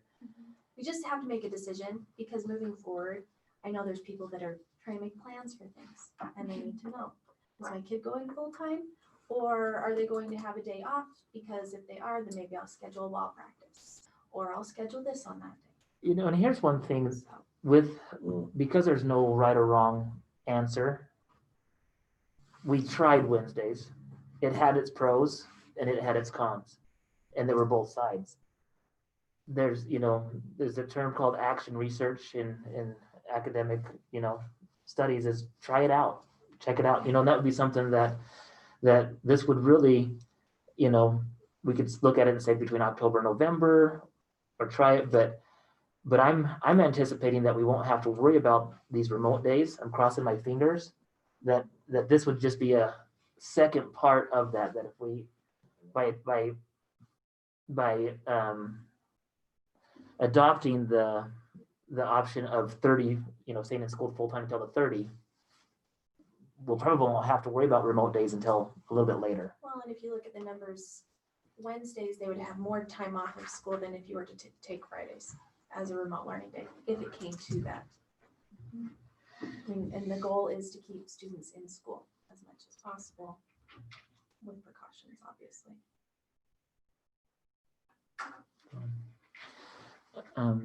Still, it's a pretty high percentage of people that like it. It is. And Why we would just they hear, adapt? the people that call. We But- don't hear those that- But I'm willing to bet that that they'd be the- happy either way. that they'll be happier to go in full time. Oh, yes. Yeah. Like once if we're going full time, it's just like I'm not gonna. We don't need to get into the point of wait a minute, I voted for that. That's what we should have done. You guys aren't listening because we're the survey did not consider these other factors. That's the part that we looked at. The survey did not consider the other factors. So is 30 as high as you feel comfortable going? Would you like to go higher? Homeschool is not fun. You're ready to do that. Like I'll put that at 200. That's my bid. I don't know. I mean, what do you guys think? I put 30 because it was just halfway between the two. We haven't seen anything close to that yet. It could, but it would have to be 30 cases for 3 consecutive days. What is it right now? Is it still in the 50, teens? it's 15.1 today. But Clark County is ridiculous. But Clark County will balloon every case they get because the fewer Right. fewer Yeah, of the small population. population. But what was it in the 70s? Yeah. It seemed pretty extreme. It's too bad. But they only have 8 active cases in their community. Right. And then because of the population, it's like Well, well. I'm comfortable with 30. I'm comfortable with higher, but I know that some aren't. So Right. And we could, we'll revisit this again. Like every month, every time we meet, we are going to, if there's an amendment made, it's going to be brought to the board and the board will make that decision. So Well, then for right now, should we just say we're going back and we'll leave the limit at 30? Going back full time, right? Yep. Yeah, Starting when? After harvest. After harvest. after harvest. And what do you want to do with the day? No, Not pick one? not pick one. here's the only thing by not picking one, if it does, Then we have to come back. then we have to come back for a special board meeting. I Well, would like to pick one. Pick a day. If we pick one, I say we go with what the survey said, but But if I would have, when we first asked it, we were saying, let's look at COVID precautions. And that was also before we were on an understanding that it's okay for us to do something a little bit different than what the CDC was asking. And so that's where, yeah, I'm going out on a limb right there. And that would just be me saying, well, do we want this day to be a learning day? I think we still can have it a learning day, but it's going to go back to the exact same thing. Those that have done it on Wednesdays will do it on Friday. Those that don't and haven't done it on Then Wednesday, why are we even having a work day? Why get some kids ahead and others have to be caught up? Why that's are we that's doing that's that? the whole purpose of trying to get kids back into school as much as possible. And maybe we just eliminate that and just say we won't go remote until Orange. We take out the 30. It and must we- be frustrating for teachers to have some come back all prepared and have their work 'Cause that- done and others haven't because even looked because at it. that would be to say, you know what, if it's green or yellow, we're coming back to school the whole time. If it's orange, Right. and that's something that the board has complete, I would agree with that. Yeah, I don't think we change things unless we have to, and then that takes out the, right? and looking at the orange calendar, if we are 50 or cases, there's a real high amount of COVID in the area. Mhm. And that's where we would jump into the 50% learning of half the district split in half. They'd be coming in. So if that's the direction the board wants to go, that's an option as well. I like that better. So that would take More of we're in or we're not. just the yellow calendar. Basically, it's just regular instruction calendar we followed in the yellow calendar or in the yellow risk area. Mhm. And then we take out the modified, we just take out this entire bullet Yeah. right here. Regular calendar followed in the yellow risk area is what it would say. Mhm. I'm, Yeah, I'm good on I don't that. think there's anything else with that except for the change in the 7-day. And so, Super. okay. That's good. So that would go to this. And let's hope that in harvest, And then- we don't have a, And then that way, That's we can fine. still stay true to the survey. We didn't go against anybody's wishes on the Right. survey. Right. Because if we pulled them there, so I believe if we have that, the motion would be to the adaptation to the CDC isolation requirements. I guess I could just say the proposed amendments. The proposed amendments, except the yellow risk area will be regular school. And we don't have to do that, so I think the motion can be made a little bit differently than what's written there, but that's, So just to clarify, if we're in the yellow, we're going 5 days still. yes, If we get to the orange, we'll do half the district yes. on 2 days a week. Yep, that's what the discussion was, and that's Yeah. what. Do we see other schools doing kind of the same? I know some of the smaller schools are. As I was on a superintendent Zoom, that was what Chalice was deciding to do. And they said it's been working well for them. Super. Mhm. Well, if someone would like to make that motion then. Madam Chair, I move that we It's a big motion. We'll have to write it out. So- Write it out. You're gonna have to. I'll make it if you can write it You're gonna down. have to accept the, I think we could do it, accept the proposed amendments. Accept the proposed amendments. Being back in the yellow full-time in school and in the orange every other. But I think the motion would be that we accept the changes to the COVID plan. We accept the changes to the COVID plan as outlined. Yeah, as discussed, As discussed and outlined in our plan. as discussed, as well. As discussed with removing the 14 the days. remote days, with removing remote days during the yellow risk area. That's all, that's really what it is. 7-day reduction. And including the 7-day reduction to the CDC recommendations. That. So, That's so it. that's it. So So who writes that down? I'm gonna have to do this. I have it. You have got it? Okay, do you want me to read it again?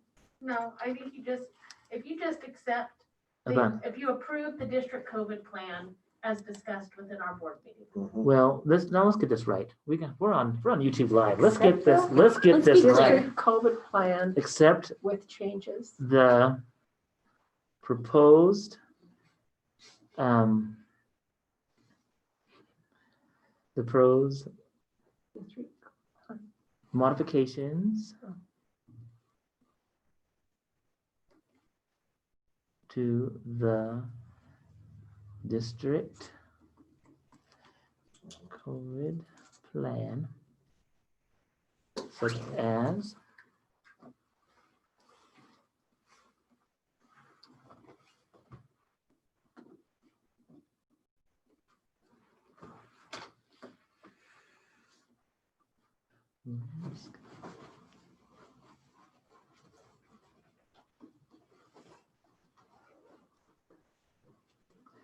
and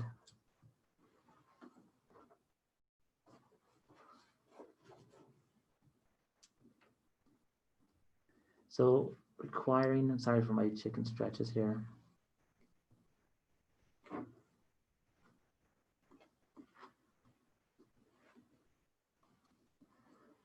For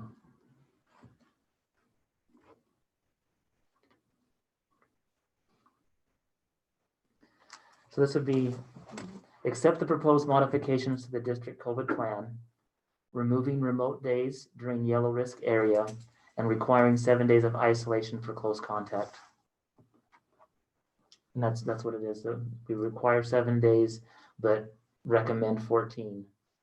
And it's not 7 school days, just 7. Yeah, just Seven days. 7 days 7 days. from contact, from last contact. So, all right, good luck with reading that All one. right, Madam Chair. I move that we accept the proposed modifications to the district COVID plan, removing remote days during yellow risk area and requiring 7 days isolation for close contact. Is there a second? I'll second that, Madam Chair. Is there any discussion? Those in favor? Aye. Any opposed? That motion passes. Yep, good job, Nedra. Yay, they're back in school. Back in school. So effective after spud harvest. Yes. That will be communicated. Yeah. So how does that get out to the community? We'll send out Put it emails. Put it on the We'll website, send out emails? emails and we can even put a flyer in the kids' I think you backpack. better do that. Some Yeah. people are complaining they don't have that. So it'd be helpful if they did. That's, you know, It's a great tool. so it is, it's one that's what we're gonna be using, so. Madam Chair, back to Do we you. dare athletic COVID plan? Okay, let me get these. We're down the rabbit hole. So with those changes, it's going to change a few of these with the athletic COVID plan. So the action item on the COVID plan, again, is to regularly revisit it. And this is one where our athletic one could be different than our district one. There can be different levels. and we'll let you discuss what that means. But the proposed athletic plan. There we go. Nope, that wasn't it. I apologize. So it's highlighted the ones that were initially we just had category 1 as green, and then we put green and yellow below 30 on Eastern Idaho Public Health website. We were anticipating that it would flow, and there's no way to know after discussion which would it be. So we could still make adjustments and just say category 1 is green and yellow. However, it's a little different for we'll look at the differences between that. So the proposal would have been in the green area, category 1, which we're not there.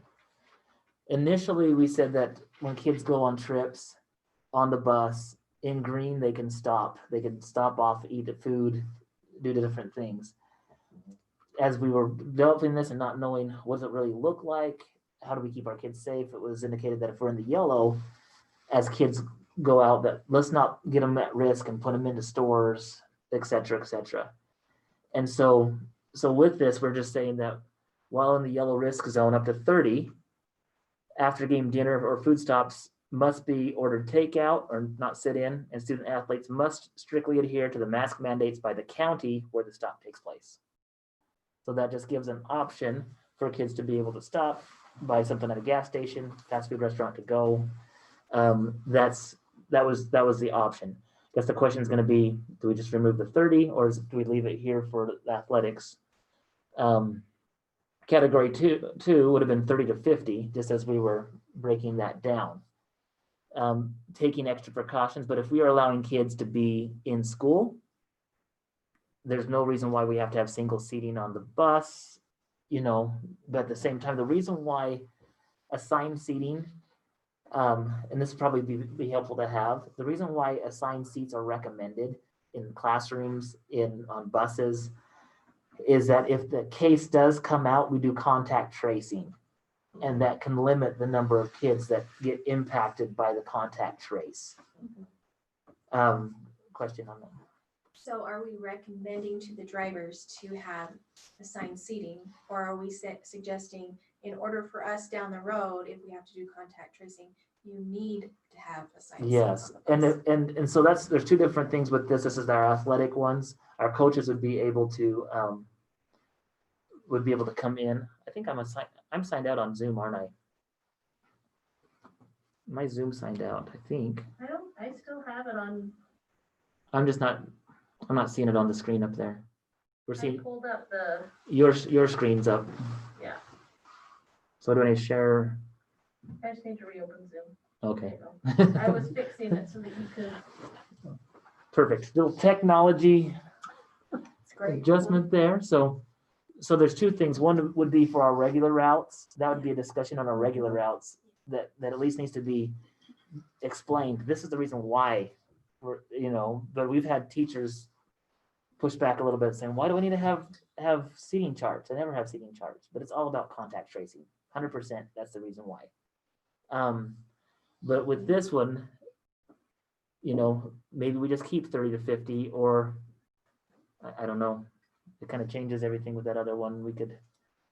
But after game dinner stops must be ordered takeout. It's the same thing as it was in the green. So as they're there. So really this doesn't change anything it breaks it down. But we could just say this is green and this is yellow because it's the same thing on that. The other changes would be orange risk level above 50. Transportation will take place with mandatory face masks. Parents have the option to transport their own kids. If we're close to the orange risk, I'm questioning how many opportunities we have to play games anyway. That's the thing. I don't want to get hung up on using the word, but it just in the plan being able to be prepared for that. If we're in the orange and we're still able to play an away game, no after game dinner or food stops on the way home, but restroom stops are allowed only with strict adherence to wearing the masks on that one. So that's the only change in the category 3, with the exception that as we start, it hasn't happened yet, but it will happen in the future. It's already happening with other schools in our in our district that as they get positive cases on teams, then superintendents, and I'm gonna add athletic directors of both schools, work out the details, trying to figure out, can we still have a game tonight? How's it going to work? You know, and this is where we haven't had to worry about it as much because we have outdoor activities right now. This is gonna be a pain when it gets We into, have volleyball. we have volleyball, but it's going to be a pain during basketball and wrestling. Because, you know, as cases increase, as people are indoors, the recommendations outdoors, come with your mask if you're wearing it. You know, you're outdoors. Like, let's use common sense. It's okay. But indoors, it goes back to the contact tracing, and you know, like, and it's difficult because people have strong feelings about that. They want to be able to have what they feel, but they're in a school environment. They're in an environment where other people are coming from different communities. And so there's a lot of different things on those lines, and I hope we don't have to go there. We will be having the pixel lock cameras installed on both our football field and our basketball gym, which will be able to watch these like via the NFHS app. So last thing on this one here that we talked about is just adding the language of the proposed ones from 7 to 14 days and what we do if an athlete tests positive. If one athlete tests positive, we're going to do the contact tracing. If the contact tracing shows that they've been within 6 feet for 15 minutes without taking any other precautions, the team will be shut down for 7 days from the last contact with the person who has tested positive. So instead of shutting them down for 14 days, we're going to take the 7 days approach first because that's what we're doing in the classroom. But if 2 or more players test positive, that tells us that there's a bigger problem. It's going to be the 14 days. Practices will be canceled and games will be postponed. So that's. So if you have someone on varsity test positive, does that affect JV and C team? If you go back to Or contact, just- so that's what some of the recommendations is, that they say don't mix your teams. A little bit difficult with our football because we have to use everybody or we can't scrimmage. But for example, JV varsity freshman team, it would probably be better to keep them isolated on the buses, put them in their pods. You know, there was an outbreak at a volleyball tournament last week in Idaho Falls. We did not have a team there, but all those schools are now doing the contact tracing, looking at it out. It's just, it's one of those things. We will have our chance to go through this. No, we're not immune. No, I wonder if on 3, if we need to say, if an athlete tests positive, contact tracing will be done. And if needed, then the team will be shut down for okay. 7 days. I mean, Contact tracing first. more than likely, they're all gonna have been in Yes. the same. But at least it gives the benefit of the doubt if the team is taking the precautions. Right. And possibly after being shut down once, teams might go, oop, how do we do this? I know that I've heard this. I'm not sharing anything that anybody hasn't heard. Some people are going to say, well, if we're going to play that game, let's don't get tested. Well, that happens a lot, but eventually somebody will be sick enough that as they're in the hospital, they get, you know, before they get in there, they're gonna test you. Just the way it reads now, if someone were to get tested, say during spud harvest, well, now you have to shut down the team. You would, but you'd go back to contact tracing on that one. So if I add contact tracing on that one, if an athlete tests positive, contact tracing will take place. Will then determine if the team will shut down for 7 days. Okay. If necessary. Okay, I like that one. I think the other options that we looked at, I would just take off this. I'll just say yellow, keep it the same, and take off that right there. Okay. That looks good.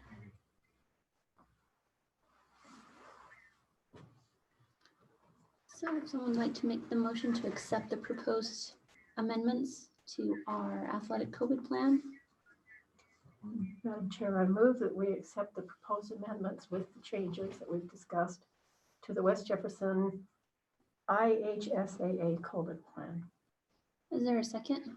I second that. Any discussion? Those in favor? Aye. Any opposed? Okay, that motion passes. My glasses, I have to Let's- have them. Madam Chair, how would you feel if we did a 5-minute Do we need a recess? 5-minute break? Let's do that. We'll recess for 5 minutes. But I was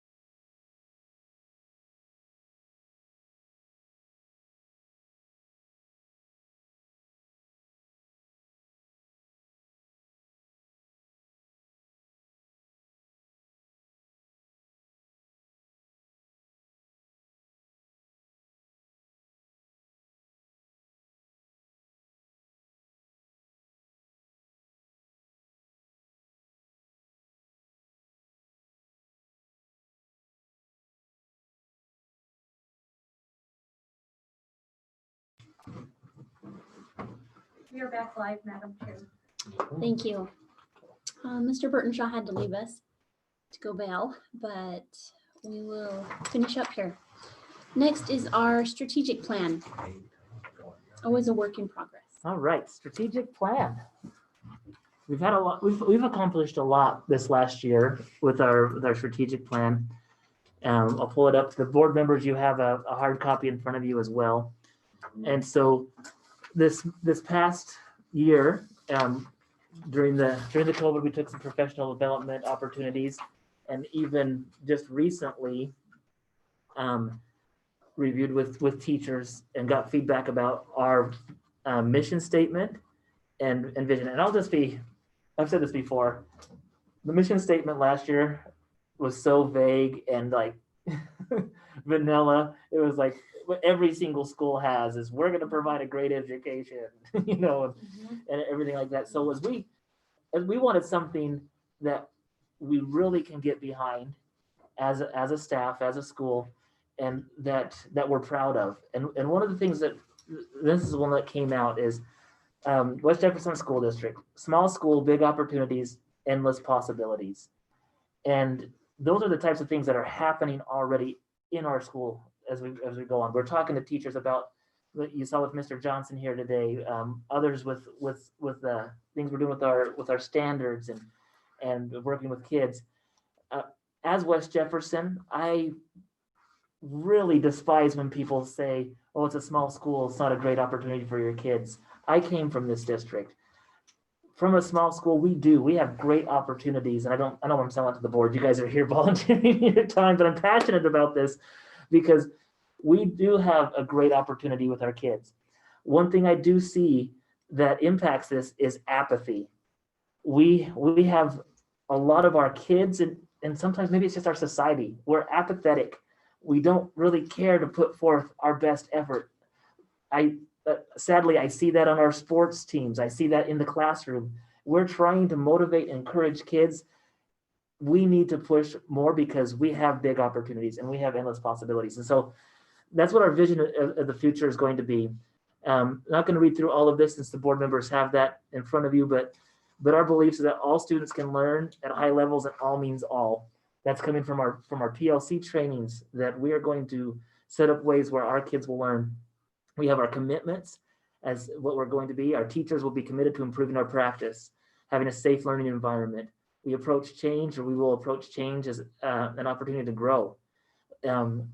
We cannot teach the same way we taught 10 years ago and be okay with things. Our kids are going to have professions that haven't been invented yet. And we need to be continually improving because in 5 to 10 years, so much changes and we need to learn and grow with that. So just reviewing the goals as I go through there, these are the goals that the board has voted on. We reviewed these briefly during the months are all coming together, whether it was August or July, but they're the same that we've had. Keeping the quality teaching and learning, fiscal responsibility, school environment, and community relations. And because this is a working document, we do not have to go through. It's just those are the goals that we're looking at, and this document outlines the wonderful things that we've been doing in the district. Any suggestions or changes? The proposal would be that we make sure I get the right wording on this one. This is strategic. The proposal is to approve the strategic plan for the 2021 school year and know that it's a working document that we will add to as we go forward and adjust. We'll just keep the goals the same unless it's amended by the board. Questions or comments? Well, I have to say this, that in the 3 years I've been on the board, we've accomplished more in 1 year than we did in all the other years before. And I'm really pleased with the way you've pulled this together. I think this is a good document. I'm proud to submit it, to have it submitted. And I think that has a lot to do with your hard work. So thank you. I like the document. I read through it at home. And I agree with Nedra. This is something we've been asking for and needed for a long time. And I know you didn't just throw it together, a lot of your time. And I mean, it's just And it's a lot of work. and it comes from feedback from the board, comes from feedback from the teachers. Well, just the programs you put into place this last year are going to make a big difference with all of our kids. I'm just excited. Thank you. I'm excited. I think it's a great document. In some other districts, I've seen their mission on the wall Mhm, in their buildings, mhm. and I love this. Okay. I would not be opposed to I agree. seeing it It's a good idea. somewhere. And that's what we were wanting to get, something that we can get behind, Mhm. have a mission motto. And And it's so, not wordy. no, It says what we're doing. Mhm. It's not just words pulled out from somewhere. It's talking about the things that we're doing. Very This is what's specific. so neat about it. I It's love not it. just taken from some other school district. Copy paste. Copy- Copy paste. No, No, because you. can I see never the found code. one that said small school pickup. But you can see that you're building on the Yep, in-service we're you've building done. on everything that we're trying to do. Every decision, I don't want to say every, but I try to make everything match up Mhm. with that. So I appreciate that. And of course, that comes from the support from the board. The board's here giving me the feedback Total support going on on that. that. So thank Yep. you. Thank you. Will the floor be open for a motion to approve the strategic plan for 2020-2021? Madam, Go ahead. Madam Go Chair, ahead. I move that we approve this new strategic plan for the 2020-21 school year. Okay, and I'll second that, Madam Chair. Those in favor? Hi. Aye. Any opposed? That motion passes. Thank you. Our continuous improvement plan. All right, so you might be thinking, wow, we have so many different plans going on here. Let me just pull up the action item on this. So what is the continuous improvement plan? This is Idaho code. This is a law that guides what the continuous improvement plan needs to look like and the elements that it has in it. And so they give us an option of having a continuous improvement plan, a literacy plan, and a career and college and career advising and mentoring plan. Or we can combine them all into one and call them the combined plan. And guess what? I'm going to combine the plans and put them all in there instead of having us submit the different ones. This is something that does need to be approved by the school board and submitted to the State Board of Education by October 1st and then put on our website. There are some similarities between this and the strategic plan. But one reason why some districts call their continuous improvement plan the strategic plan, but I wanted our strategic plan, just to speak of the difference of the two, I wanted the strategic plan to really reflect what we're doing and be that document that we grow with. The strategic or the continuous improvement plan is more, once it's voted on, we can add different things to it, but it's only every year. And I wanted a document that we could return to. So the combined plan, I'll pull this up and just speak. You'll see that one of the requirements, those the areas that you see in the color, those are required ones for this plan by the state. So everything in here is the required element. We have our mission and vision statements on here, same as the strategic plan. Talks about the community involvement. This is also in our strategic plan. Going through, we go right to our literacy intervention program. And so this is going to connect a lot with what Mr. Johnson talked about. And as I was writing this up, you know, we are dedicated to bringing in practices from a professional learning community, asking the fundamental questions of making sure that kids are learning at high levels. To do that, we need to look at the assessment data and not just have something that we throw up here to say we can put it on a checklist and send it into the State Department. We want it to be something that we can track. And so we know, and this is something that comes back to the question of keeping kids in school and to support the decision of the school board to increase our full-time during yellow. Now that we have our data, it's showing us exactly what we were afraid of. The pandemic did really hurt our kids. It really did. We knew that, but this is the data that shows it.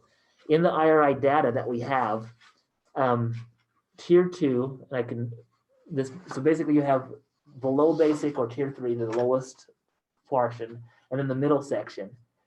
That area grew by 200%. It tripled. It just, Oh, and so we went from about 20 students to 57 in 2020. And it's just because those are the kids that usually can move the most.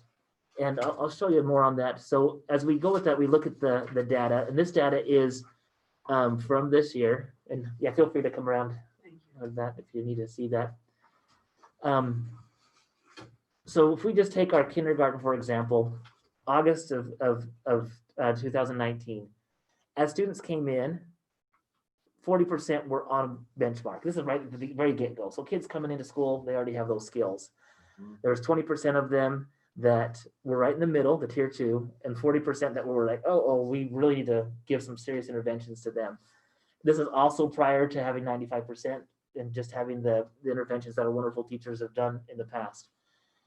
You can see that by March 2020, we did not have the May scores, and so we didn't get the end of the year scores, but I went into iStation and took our March scores. At that time, kindergarten had 83% on this measure that improved. So that was an improvement of 43.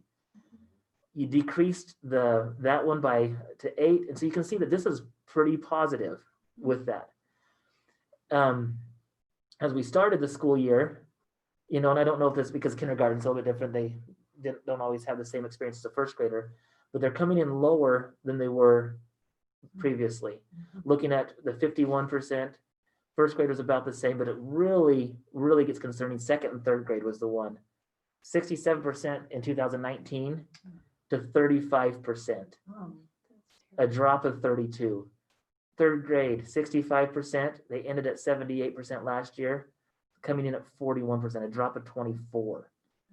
And then you see this, you shouldn't be seeing positives right here either. So even at the end of our last year, we had worked so hard to keep our kids out of tier 3, starting the school year off.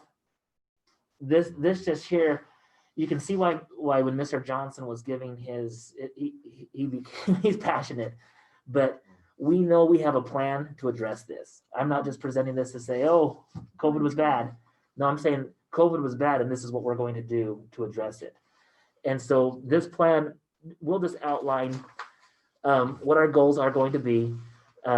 We want to improve it. So we started at tier 1 at 41%. We want to make sure, I think we're going to exceed these. I really do. But it's just showing that we're going to shoot for 75%, because we want to have a realistic goal, something that we're just not throwing out 100% each time. So that's what we're looking at with the iStation goal.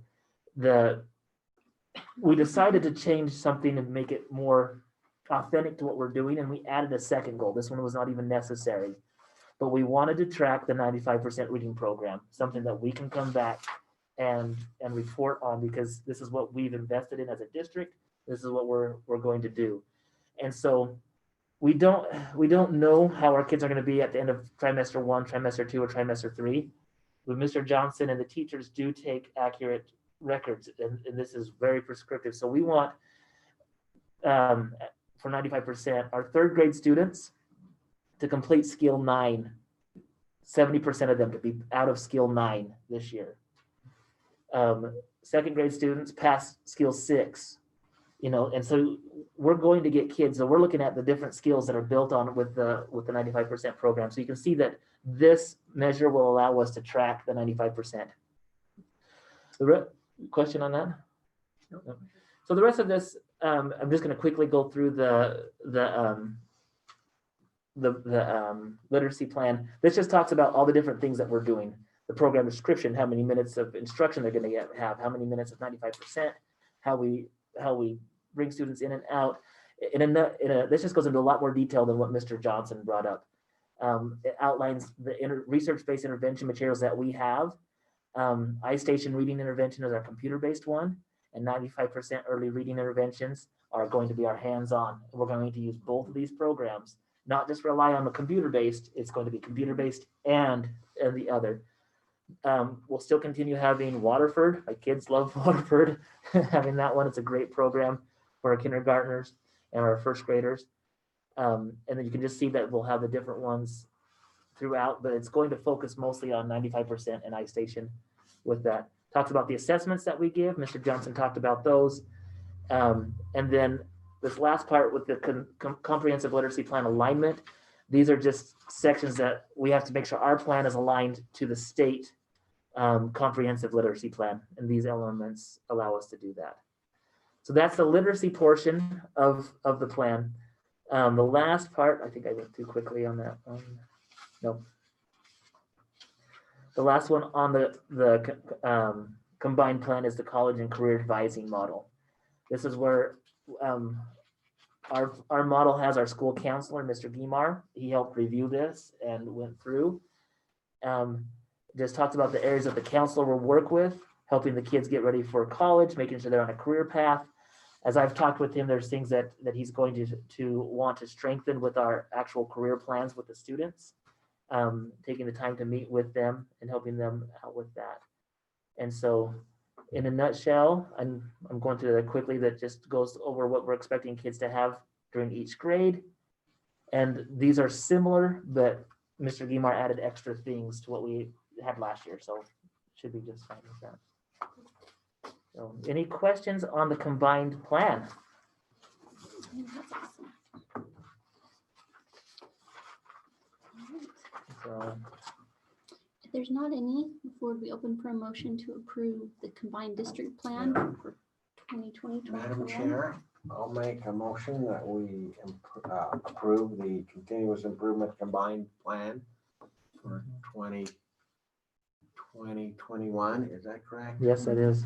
Is there a second? Second. Any discussion? Those in favor? Aye. Any opposed? That motion passes. Okay, so I know I have a lot of action items today, but there's a lot that connects with all of this. We brought this up as an information discussion item last board meeting. Student attendance, mastery learning, and blended learning.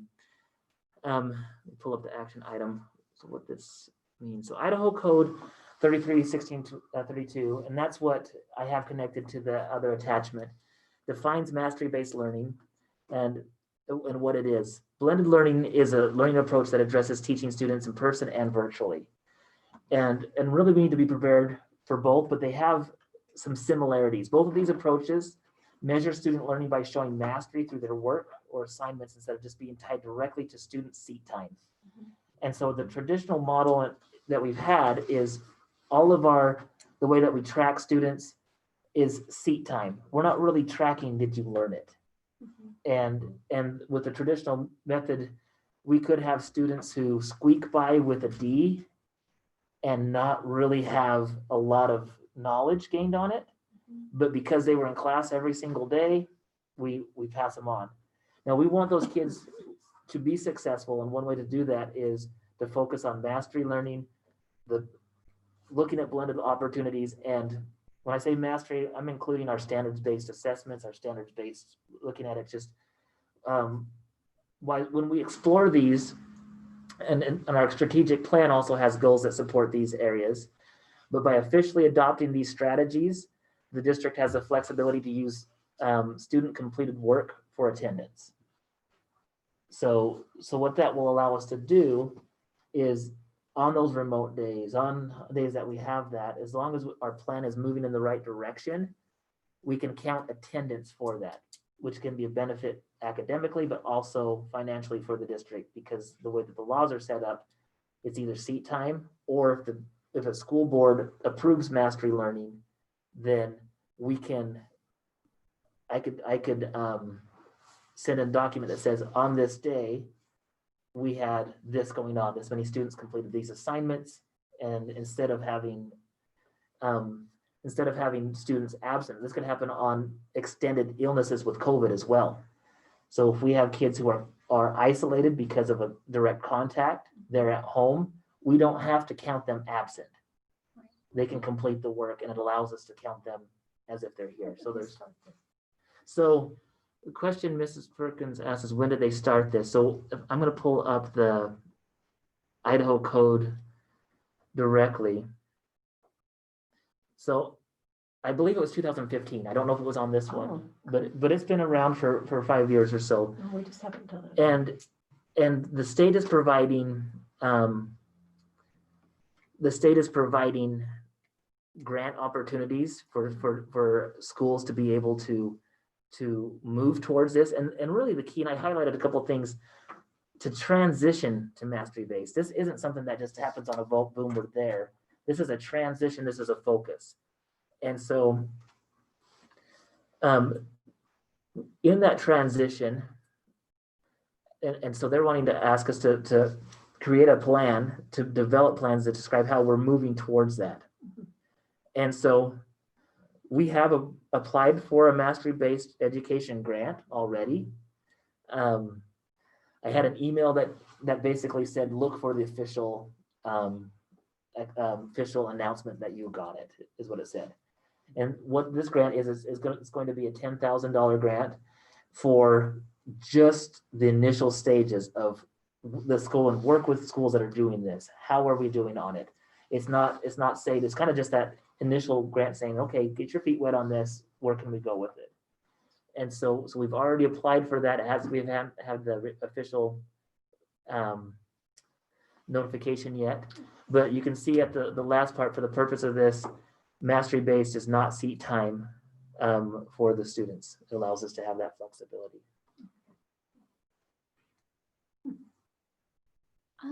I've had some comments on this that parents don't feel like they're being communicated to. They don't understand why we're switching over to 1, 2, 3, 4 versus A, B, C, D, Mhm. F. Carrie, can you speak up a little bit? Sorry. The way they grade them. Yeah. Mhm.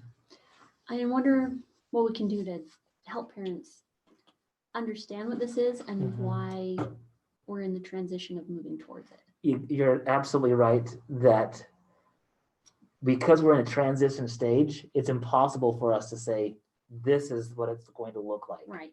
And there will be some frustration because some people say, well, hold on, I want to stay with this. I don't want to go look at That's what anything I'm else. comfortable with. I'm comfortable with this. We still, through this process, can give letter grades. You will still have GPAs. Mhm.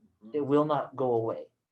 But what's going to change is the way that our teachers assess and the way that students are able to look at that. And again, this is a process. I have one teacher, and different age groups and disciplines are a little bit easier. It's probably not going to work for every single assignment or activity that they've done. It's just going to be a work in progress. But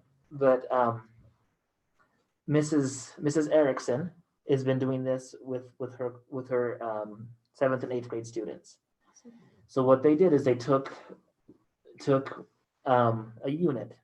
They identified the standard that's most important in that unit. Are they calling them power standards? Power standards. And so the power standard for this unit is, this is the thing that we want all students to learn. Mhm.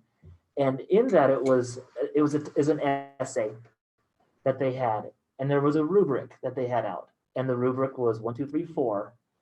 To have a 4, you had to have this, this, and this. If you were a 3, you probably left a couple things out. If it was a 2, it was this. If it was a 1, you did absolutely nothing at all. And so what she did, and I'm going to have her present to our teachers at the next professional day, what she did, just to give ideas on how to do this. She utilized technology with Google Docs or Google Forms, which is basically the survey thing, but she just put the question in there. The students went in, they answered the prompt that was given to them. And then she said she was able to correct it without seeing the student's name. She looked at it, she put the rubric down, she went through and quickly identified exactly where the students were at. And she said it was such an eye-opening experience, because when we look at grading and things like that, people will All right, great. how do you remove bias from testing or from doing that? And she finds, like, even if she's trying so hard, to be like, oh, this kid's trying so hard. Yeah, they might only be a 2. Man, I really like them. I'm going to put them at a 3. But does that really help that student learn that skill? And so she was able to go back and look at that and say, they did not get this. She was hoping to say, yeah, they all hit a 4, but she came back and she said, they did not get this. So she came back to the kids and said, we have work to do still. This is our standard. This is what we're going to do. And it's going to bring our kids up to a higher level, because on a lot of assignments, some kids will say, I don't really want to work hard on this one. I just want to, if I flunk this one, I can still get good grades here and I'll be able to just pass that. So in essence, that's really what we're trying to get at. We don't want to get caught up on the, well, why are you calling that grade a 4 or a 3 or a 2? It's because it's based off of a rubric that identifies exactly what it is. Can they do the skill or can't they? It kind of takes the subjective out of it. It takes the subjectiveness completely out of it. But then the kids can also correct it themselves as well. And one of the things that the research items that really increase student learning that Hattie has in his research is self-reported grades. So a student, after they get used to this process, they could take the rubric. They could take it and say, I think I'm going to fall in right about here, before the teacher even sees it. And then the teacher could say, well, if that's where you think you're at, make it go to here and come back. And it just opens up that, instead of, I'm going to guess what I have here. Here, teacher, tell me how bad I did. It takes it to focus on learning and not just, well, what was my grade? Or what's the least I have to do to get a grade in here? Because we hear that. We were probably, maybe not Nedra, but we were probably guilty of doing that in school, saying, so what do I have to do? So if I miss this and I get that, I'll still hit this one. We were looking for the least common denominator in our education. This approach with mastery-based, with standards-based learning is going to help our students learn, but there will be some frustration because parents will go, I don't feel comfortable with this. Just tell me is it an A? I just want to know if it's an A. But at the same time, even in legislation, they say transition to. This is going to transition into it. And so, yes, we will have to communicate with parents. We will have to have different meetings that they get involved, but the students, if given time, if we don't panic during this transition, this will be something that can be helpful. But we have to have patience as we go. The district will make some mistakes with communication. The district will make mistakes in, well, we graded this way, but we don't want to do anything that hurts kids. We want to still have a GPA. We want to still have and you can transition out of those 4 things into a letter grade.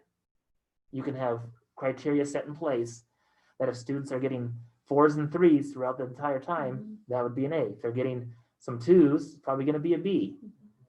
And it will eliminate some of the B minuses, B plus, which are subjective. Because when people would come in the traditional way, I'm at an A minus. What can I do to bump it up to an A? Well, do some extra credit. Come in and clean my blackboards. Let me look at your attendance and reward you for that. So those things have to go away when we're really looking at mastery based. Then the question will come in, well, how do we help kids be prepared for those things like being on time, not being tardy? Are you respectful in class? That's where we are going to look at an academic report card and a job ready report card. Like a citizenship. The citizenship for elementary, but it'll be a job ready. So people wanted to look at that. Now it falls back on the kid. You could have a kid, if they're choosing to be disrespectful and tardy, not be punished by a teacher going, oh, I'm grading this report from the student and he is or she, could be a she. I always say he, like, let's be fair with everybody. But that takes away the bias from it. But then if I'm an employer and I want to look at that, we could talk to our people that hire around here, and they could say, I want kids who show up on time. I want kids who work hard. And then you could have somebody that maybe doesn't have a high academic report card. Maybe they had 2s and 3s on there that it crossed over to a C or crossed over to a B. Have a spotless job ready report card. And if they're like most of us, we'll probably hire that person first, because those are the skills that are important, and we're helping our kids be prepared for not just passing tests, but that. So that's a whole transition. Well, I like that it teaches accountability. the student themselves is being held more accountable. I like that. And this is not an easy transition for teachers. Sure. I'm Be- sure it isn't. It's not. And our teachers are open and willing to try this. And it's going to take baby steps. And this really might be a 3 to 5 year plan before we're really seeing Are the the fruit. teachers on board with this? Lots of them are, yes. And those that are hesitant aren't vocal about it. They're still moving towards it. But part of it is going to take training. We're going to have to train our teachers. We're using these professional days, looking at that. There's lots of opportunity for this. Awesome. Sorry, I didn't mean to sidetrack. No, you did not sidetrack me because that was the question. So the proposal for the board, by doing this, by officially going with this, doesn't mean officially we've started. It's just officially transitioning into this. But it will give us also the flexibility for me on different reports. All right. Will the floor be open for the motion to approve that mastery-based and blended learning be adopted to meet the requirements for attendance in place of seat time? Madam Chair, I move to approve that mastery-based and blended learning be adopted to meet the requirements for attendance in place of seat time. And I'll second that, Madam Chair. Is there any discussion? Those in favor? Aye. Any opposed? Okay, and we finally made it. Last one. Last one, last one. And these will combine with 4.9 and 5.1. We'll kind of lead right into each other. Just as part of the requirement of a school board, after a school board runs any election, that the election results need to be ratified. These were the election results from the Jefferson County Election Department. So 60-40 on the bond. It failed by 6%. And so the super majority is a tough one to get. In Idaho, it doesn't happen all the time. And in West Jefferson, this has failed just over 40 or 55% of the time. So it's usually half and half. It's a tough one to get a majority, but it's really tough to get 66 and 2/3 of people to agree about anything, like where they're going to go eat or anything like This is that. the first failed election for school vote in many years. Well, and it's different between a bond, and I'll go into the summary afterwards. So really at this time, the proposal is just to approve the election results. I didn't have results on that, the bond election results. You'd like to make that motion? Okay, I move that we approve the bond survey results, Not or the, the bond election results, sorry. I'll second that, Madam Chair. Is there any Glanced down and discussion? saw that. Those in favor? Aye. Any opposed? All right, that motion passes. okay, should I keep going? All right, so last Last one. one. So post-bond survey, after the election results came in, I put a post-bond survey together to just decide where do we go from now? Because bonds are not for me. Bonds are not. It's for the district. It's for the kids, and we need to be able to gather information to say now what? What does this mean? Because the need is still there. Yeah, The need didn't disappear. no, Right. Just because it didn't pass, and so we need to look at a different option.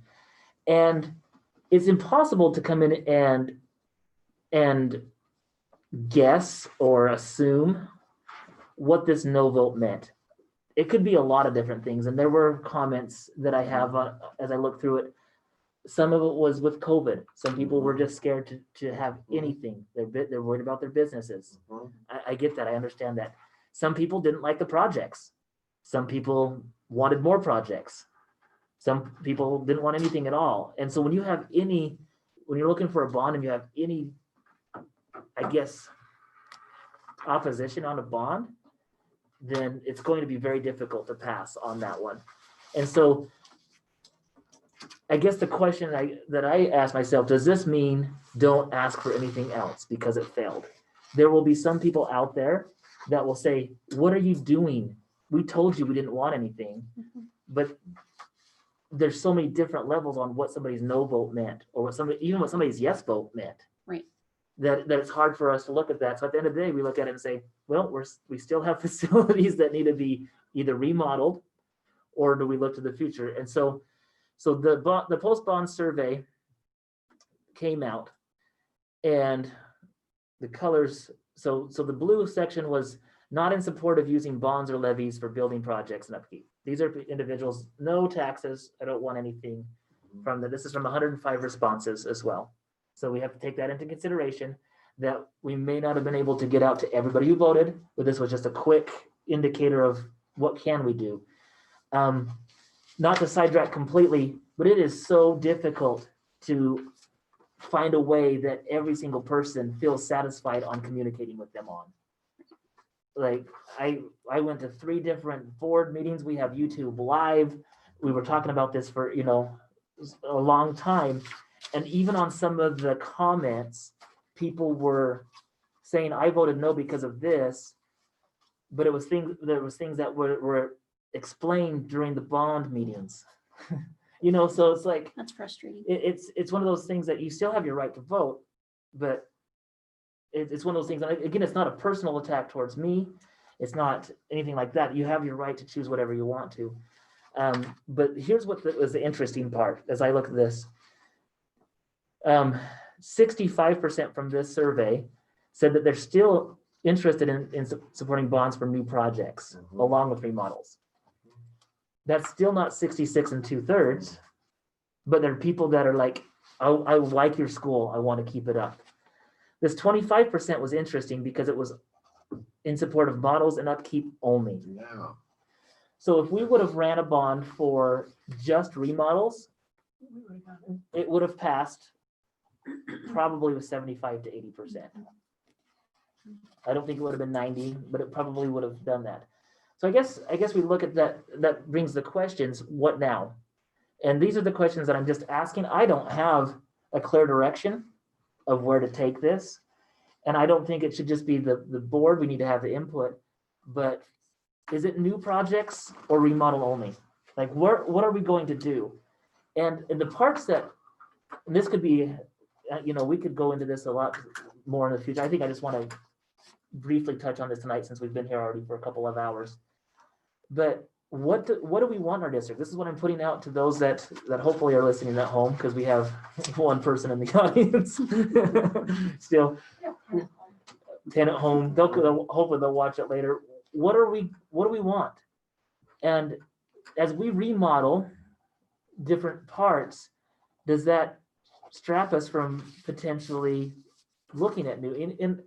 And really, whatever happens, I will lead. Whatever happens goes. And so, is it a bond project that we're looking at? Or if we're just going to go with remodels, do we use the bond process where we need 66 2/3? Or do we just ask for more for plant facility or supplemental, which comes in from the local taxes that it just comes in directly to us? So you can build new structures with plant facility money or not? Plant facilities would be mostly remodel. Remodels, not build new. Yes. How much do we get? I haven't looked at, I haven't even gone out. I wanted to have this process first, because I don't want people thinking, oh, I'm going out and just seeing how, whatever we do, if it's a bond project, we saw in our audit report that we paid the last bond off, which will be good news for those that want lower taxes. But the school district taxes are only 5% of your total taxes in Jefferson County. But if we do a bond project, that impact now is going to be more than, what was it, 64? The impact would be the increase. It depends on what they want to do. So it's going to have a shock factor for people, and they're going to say, oh, wow, why are you raising my taxes by $2 now? Or well, it's one of those things that because it dropped off, the impact comes higher. And that's where I don't know. And again, people are worried. I get that, but some people are willing to still look into it. And that's what we have to decide. Are we going to go bond project, which means new, or are we just going to remodel? So the timeline, now or in the future, what does that look like? When I put it 5 years, 10 years, 15 years, in 15 years, I'll be really close to having early retirement. And in the stress of a superintendent, I just might take it. I shouldn't be looking at getting trunky for 15 years. but in 15 years, your kindergarten kids right now could be married and having kids. And that's the part as we're looking at, like, is it now or is it in the future? And if we're just going to remodel, that's okay, but you can only do so much on a remodel. And so those are the types of things that we need the feedback. We need people to come and I guess rumble on this. And if you missed the part on rumble, that doesn't mean fight. That was in previous years. Like we want to have a discussion and say, well, what is it that we're really willing to support? Like, what is it that we really want to do? And some of the feedback that I had that people weren't in favor of the last one is they felt like it didn't have a clear picture for the future. It didn't have a clear picture for what are you going to do to address the aging buildings. And so, but the buildings aren't going to get any younger. And so what I'm proposing is that we have community meetings and board work meetings in the next couple of months to address this. Ones that, I'll take on the community meetings so the rumble can happen without you there, unless you want to be there. But if we're going to have an election in March, a decision by January needs to be made. If this is going to be a bond, it's going to have a sticker shock, because it's not going to be increasing your taxes by 64. It's going to be a lot more. And if it's going to be plant facility, here's the other thing: the bond needs 66 2/3. Plant facility needs 55%, or a supplemental levy would be 50%. Our supplemental levy does come up for renewal in March as well. That's something that we can look at as well. Do we keep it the same? Do we look to increase it? Where is it at now? 300,000? 300,000. It's used, 300,000. and it's used for salaries and benefits and to help cover insurance increases. That would be a real drawback, having both of them do it at the same time. They both passed last time in 2015. You passed the supplemental levy and the plant facility in 2015 on the same night. I think one factor in this all is how fast this COVID deal is gonna pass, if at all. Yeah. If COVID can pass and relax a little bit, I think the people are gonna be more comfortable. But one thing is for certain, we want this to reflect what the community wants. And if the majority of the people don't really care one way or another, we're probably going to need to go the remodel option. If there was something that some of those remodel only people liked about potentially new projects and looking into the future, because one of the, as I've looked at this, like, for example, on the last bond that we just asked for, we asked for remodels. Some of those remodels would have been the old high school gym and classrooms. The classrooms at the high school that are on the next rotation are the science classrooms. So on one hand, with this passing, has me thinking a little bit now, saying, well, if we pass a remodel only option and we go in and we update our science labs, we are going to be limited on how we update those labs, because we're updating them in a building built in 1956. And we didn't have science labs on this last one, but that's where I'm wondering, okay, maybe we go in a little bit different direction. My proposal wouldn't be to run the same bond again. It would be to say, let's throw that out. Let's look and see what is it that we have to do, because if we use money to remodel, to do the science labs, 10 or 20 years, did we really just hurt ourselves by not having something better in place? So I'm always thinking of ideas. I don't sleep much at night, but it can't be my idea. It has to be our community's ideas. And that's why we're going to have our community meetings, open discussion. I'm sure people will come in. I'm hoping they come in with ideas of what to do, not what to what you hate, because I'm wondering if the public would be wanting to remodel the old lunchroom building. well, Sound like it. You know, that's a question. I don't know. It's an old cinder block building. Well, that's why, Do they want to put that's a why it lot was, more money back into it and bring it Maybe. up to standards? maybe, but according to this, the remodel would have passed. So according to that, So maybe that question would be yes. maybe it They'd is, rather remodel the old building instead of building a new one. possibly. But you can only do so much remodeling to an old building. Well, that's what I'm Before it's saying. It's not an, any it's good. an old So many cinder block Band-Aids. building So I guess built in about 1964, 61. 61. it just comes down to what's most important. You know? And I So think are we throwing good money on bad, you know, with that building? so those would be the things that we would have to discuss on there. And, you know, as a district, we'll meet back together. I'll meet with our maintenance supervisor and say, okay, what are our needs? Probably could be very similar to where we're at. But the part that we have to realize, and this is the part that these decisions are huge, because in 5 or 10 years, if we're a district that chooses to remodel, we probably won't have any big projects that we could really jump on for 20 years. Mhm. And in 20 years, like I said, The construction costs are just gonna keep going. they will, I've heard the lumber price has doubled now. they will. And it's, and so maybe that's the thing that we can only do what our constituents allow us to do. And that's the way it's designed, and that's the way it should be. Mhm. But we need feedback. We need to make a decision. Well, if we don't have a community that wants to build anything new, then we have got to have really good upkeep. And to do that, we would have to really increase the plant Plant facility. facility, it'd have to go up. Yeah. If they don't wanna build new, it's gonna cost more. And then To we remodel. use that money to really hit hard the buildings that we have. We're not gonna focus on new buildings. Yeah. We're just going to upkeep the ones that we have. And that may be what they decide. It might be. Yeah, I've heard some people say the opposite. Why we fixing old buildings? Let's build new.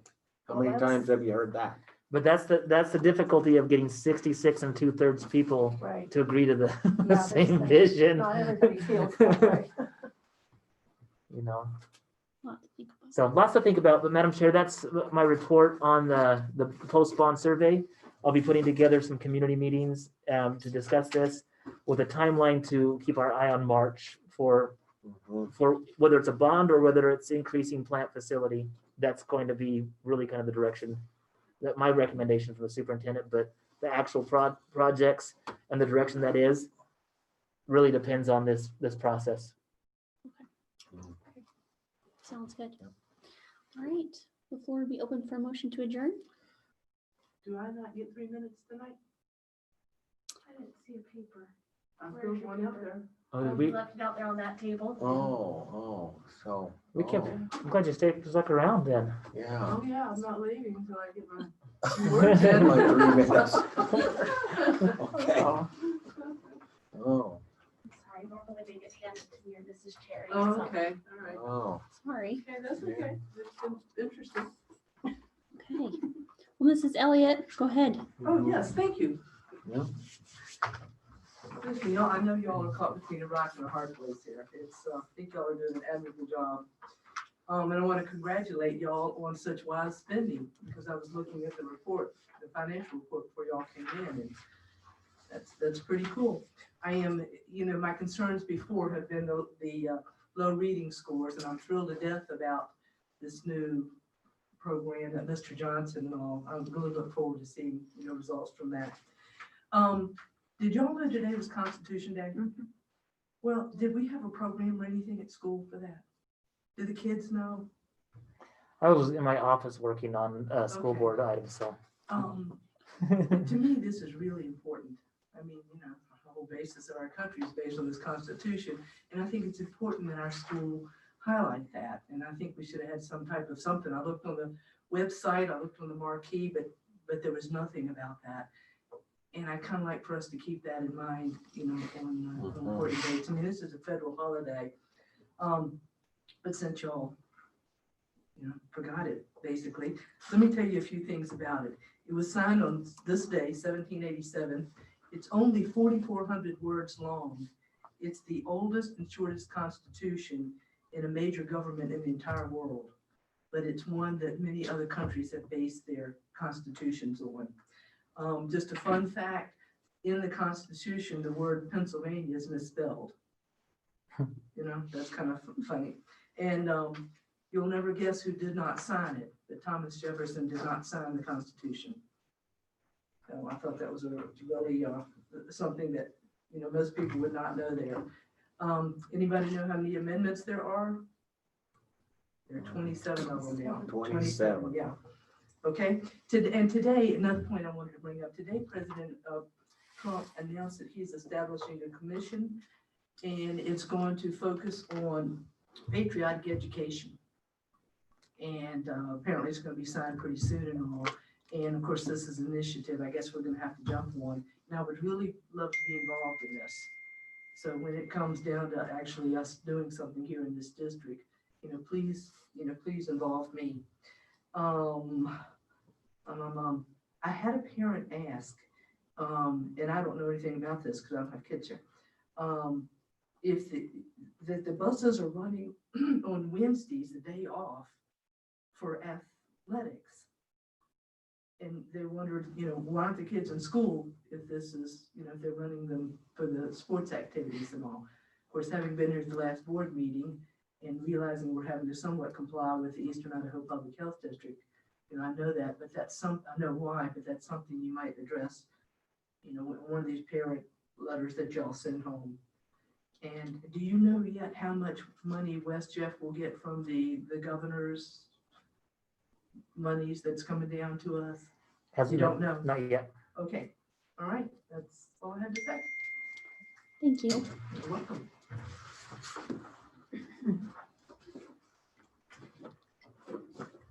All right. Now the floor will be open for a motion to adjourn. Madam Chair, I'll make that motion that we adjourn this meeting. I'll second that. Those in favor? Aye. All right. Any opposed? No, I gotta go home and Yes. die. Oh, you lucky duck. That's what Tyson's doing. I know.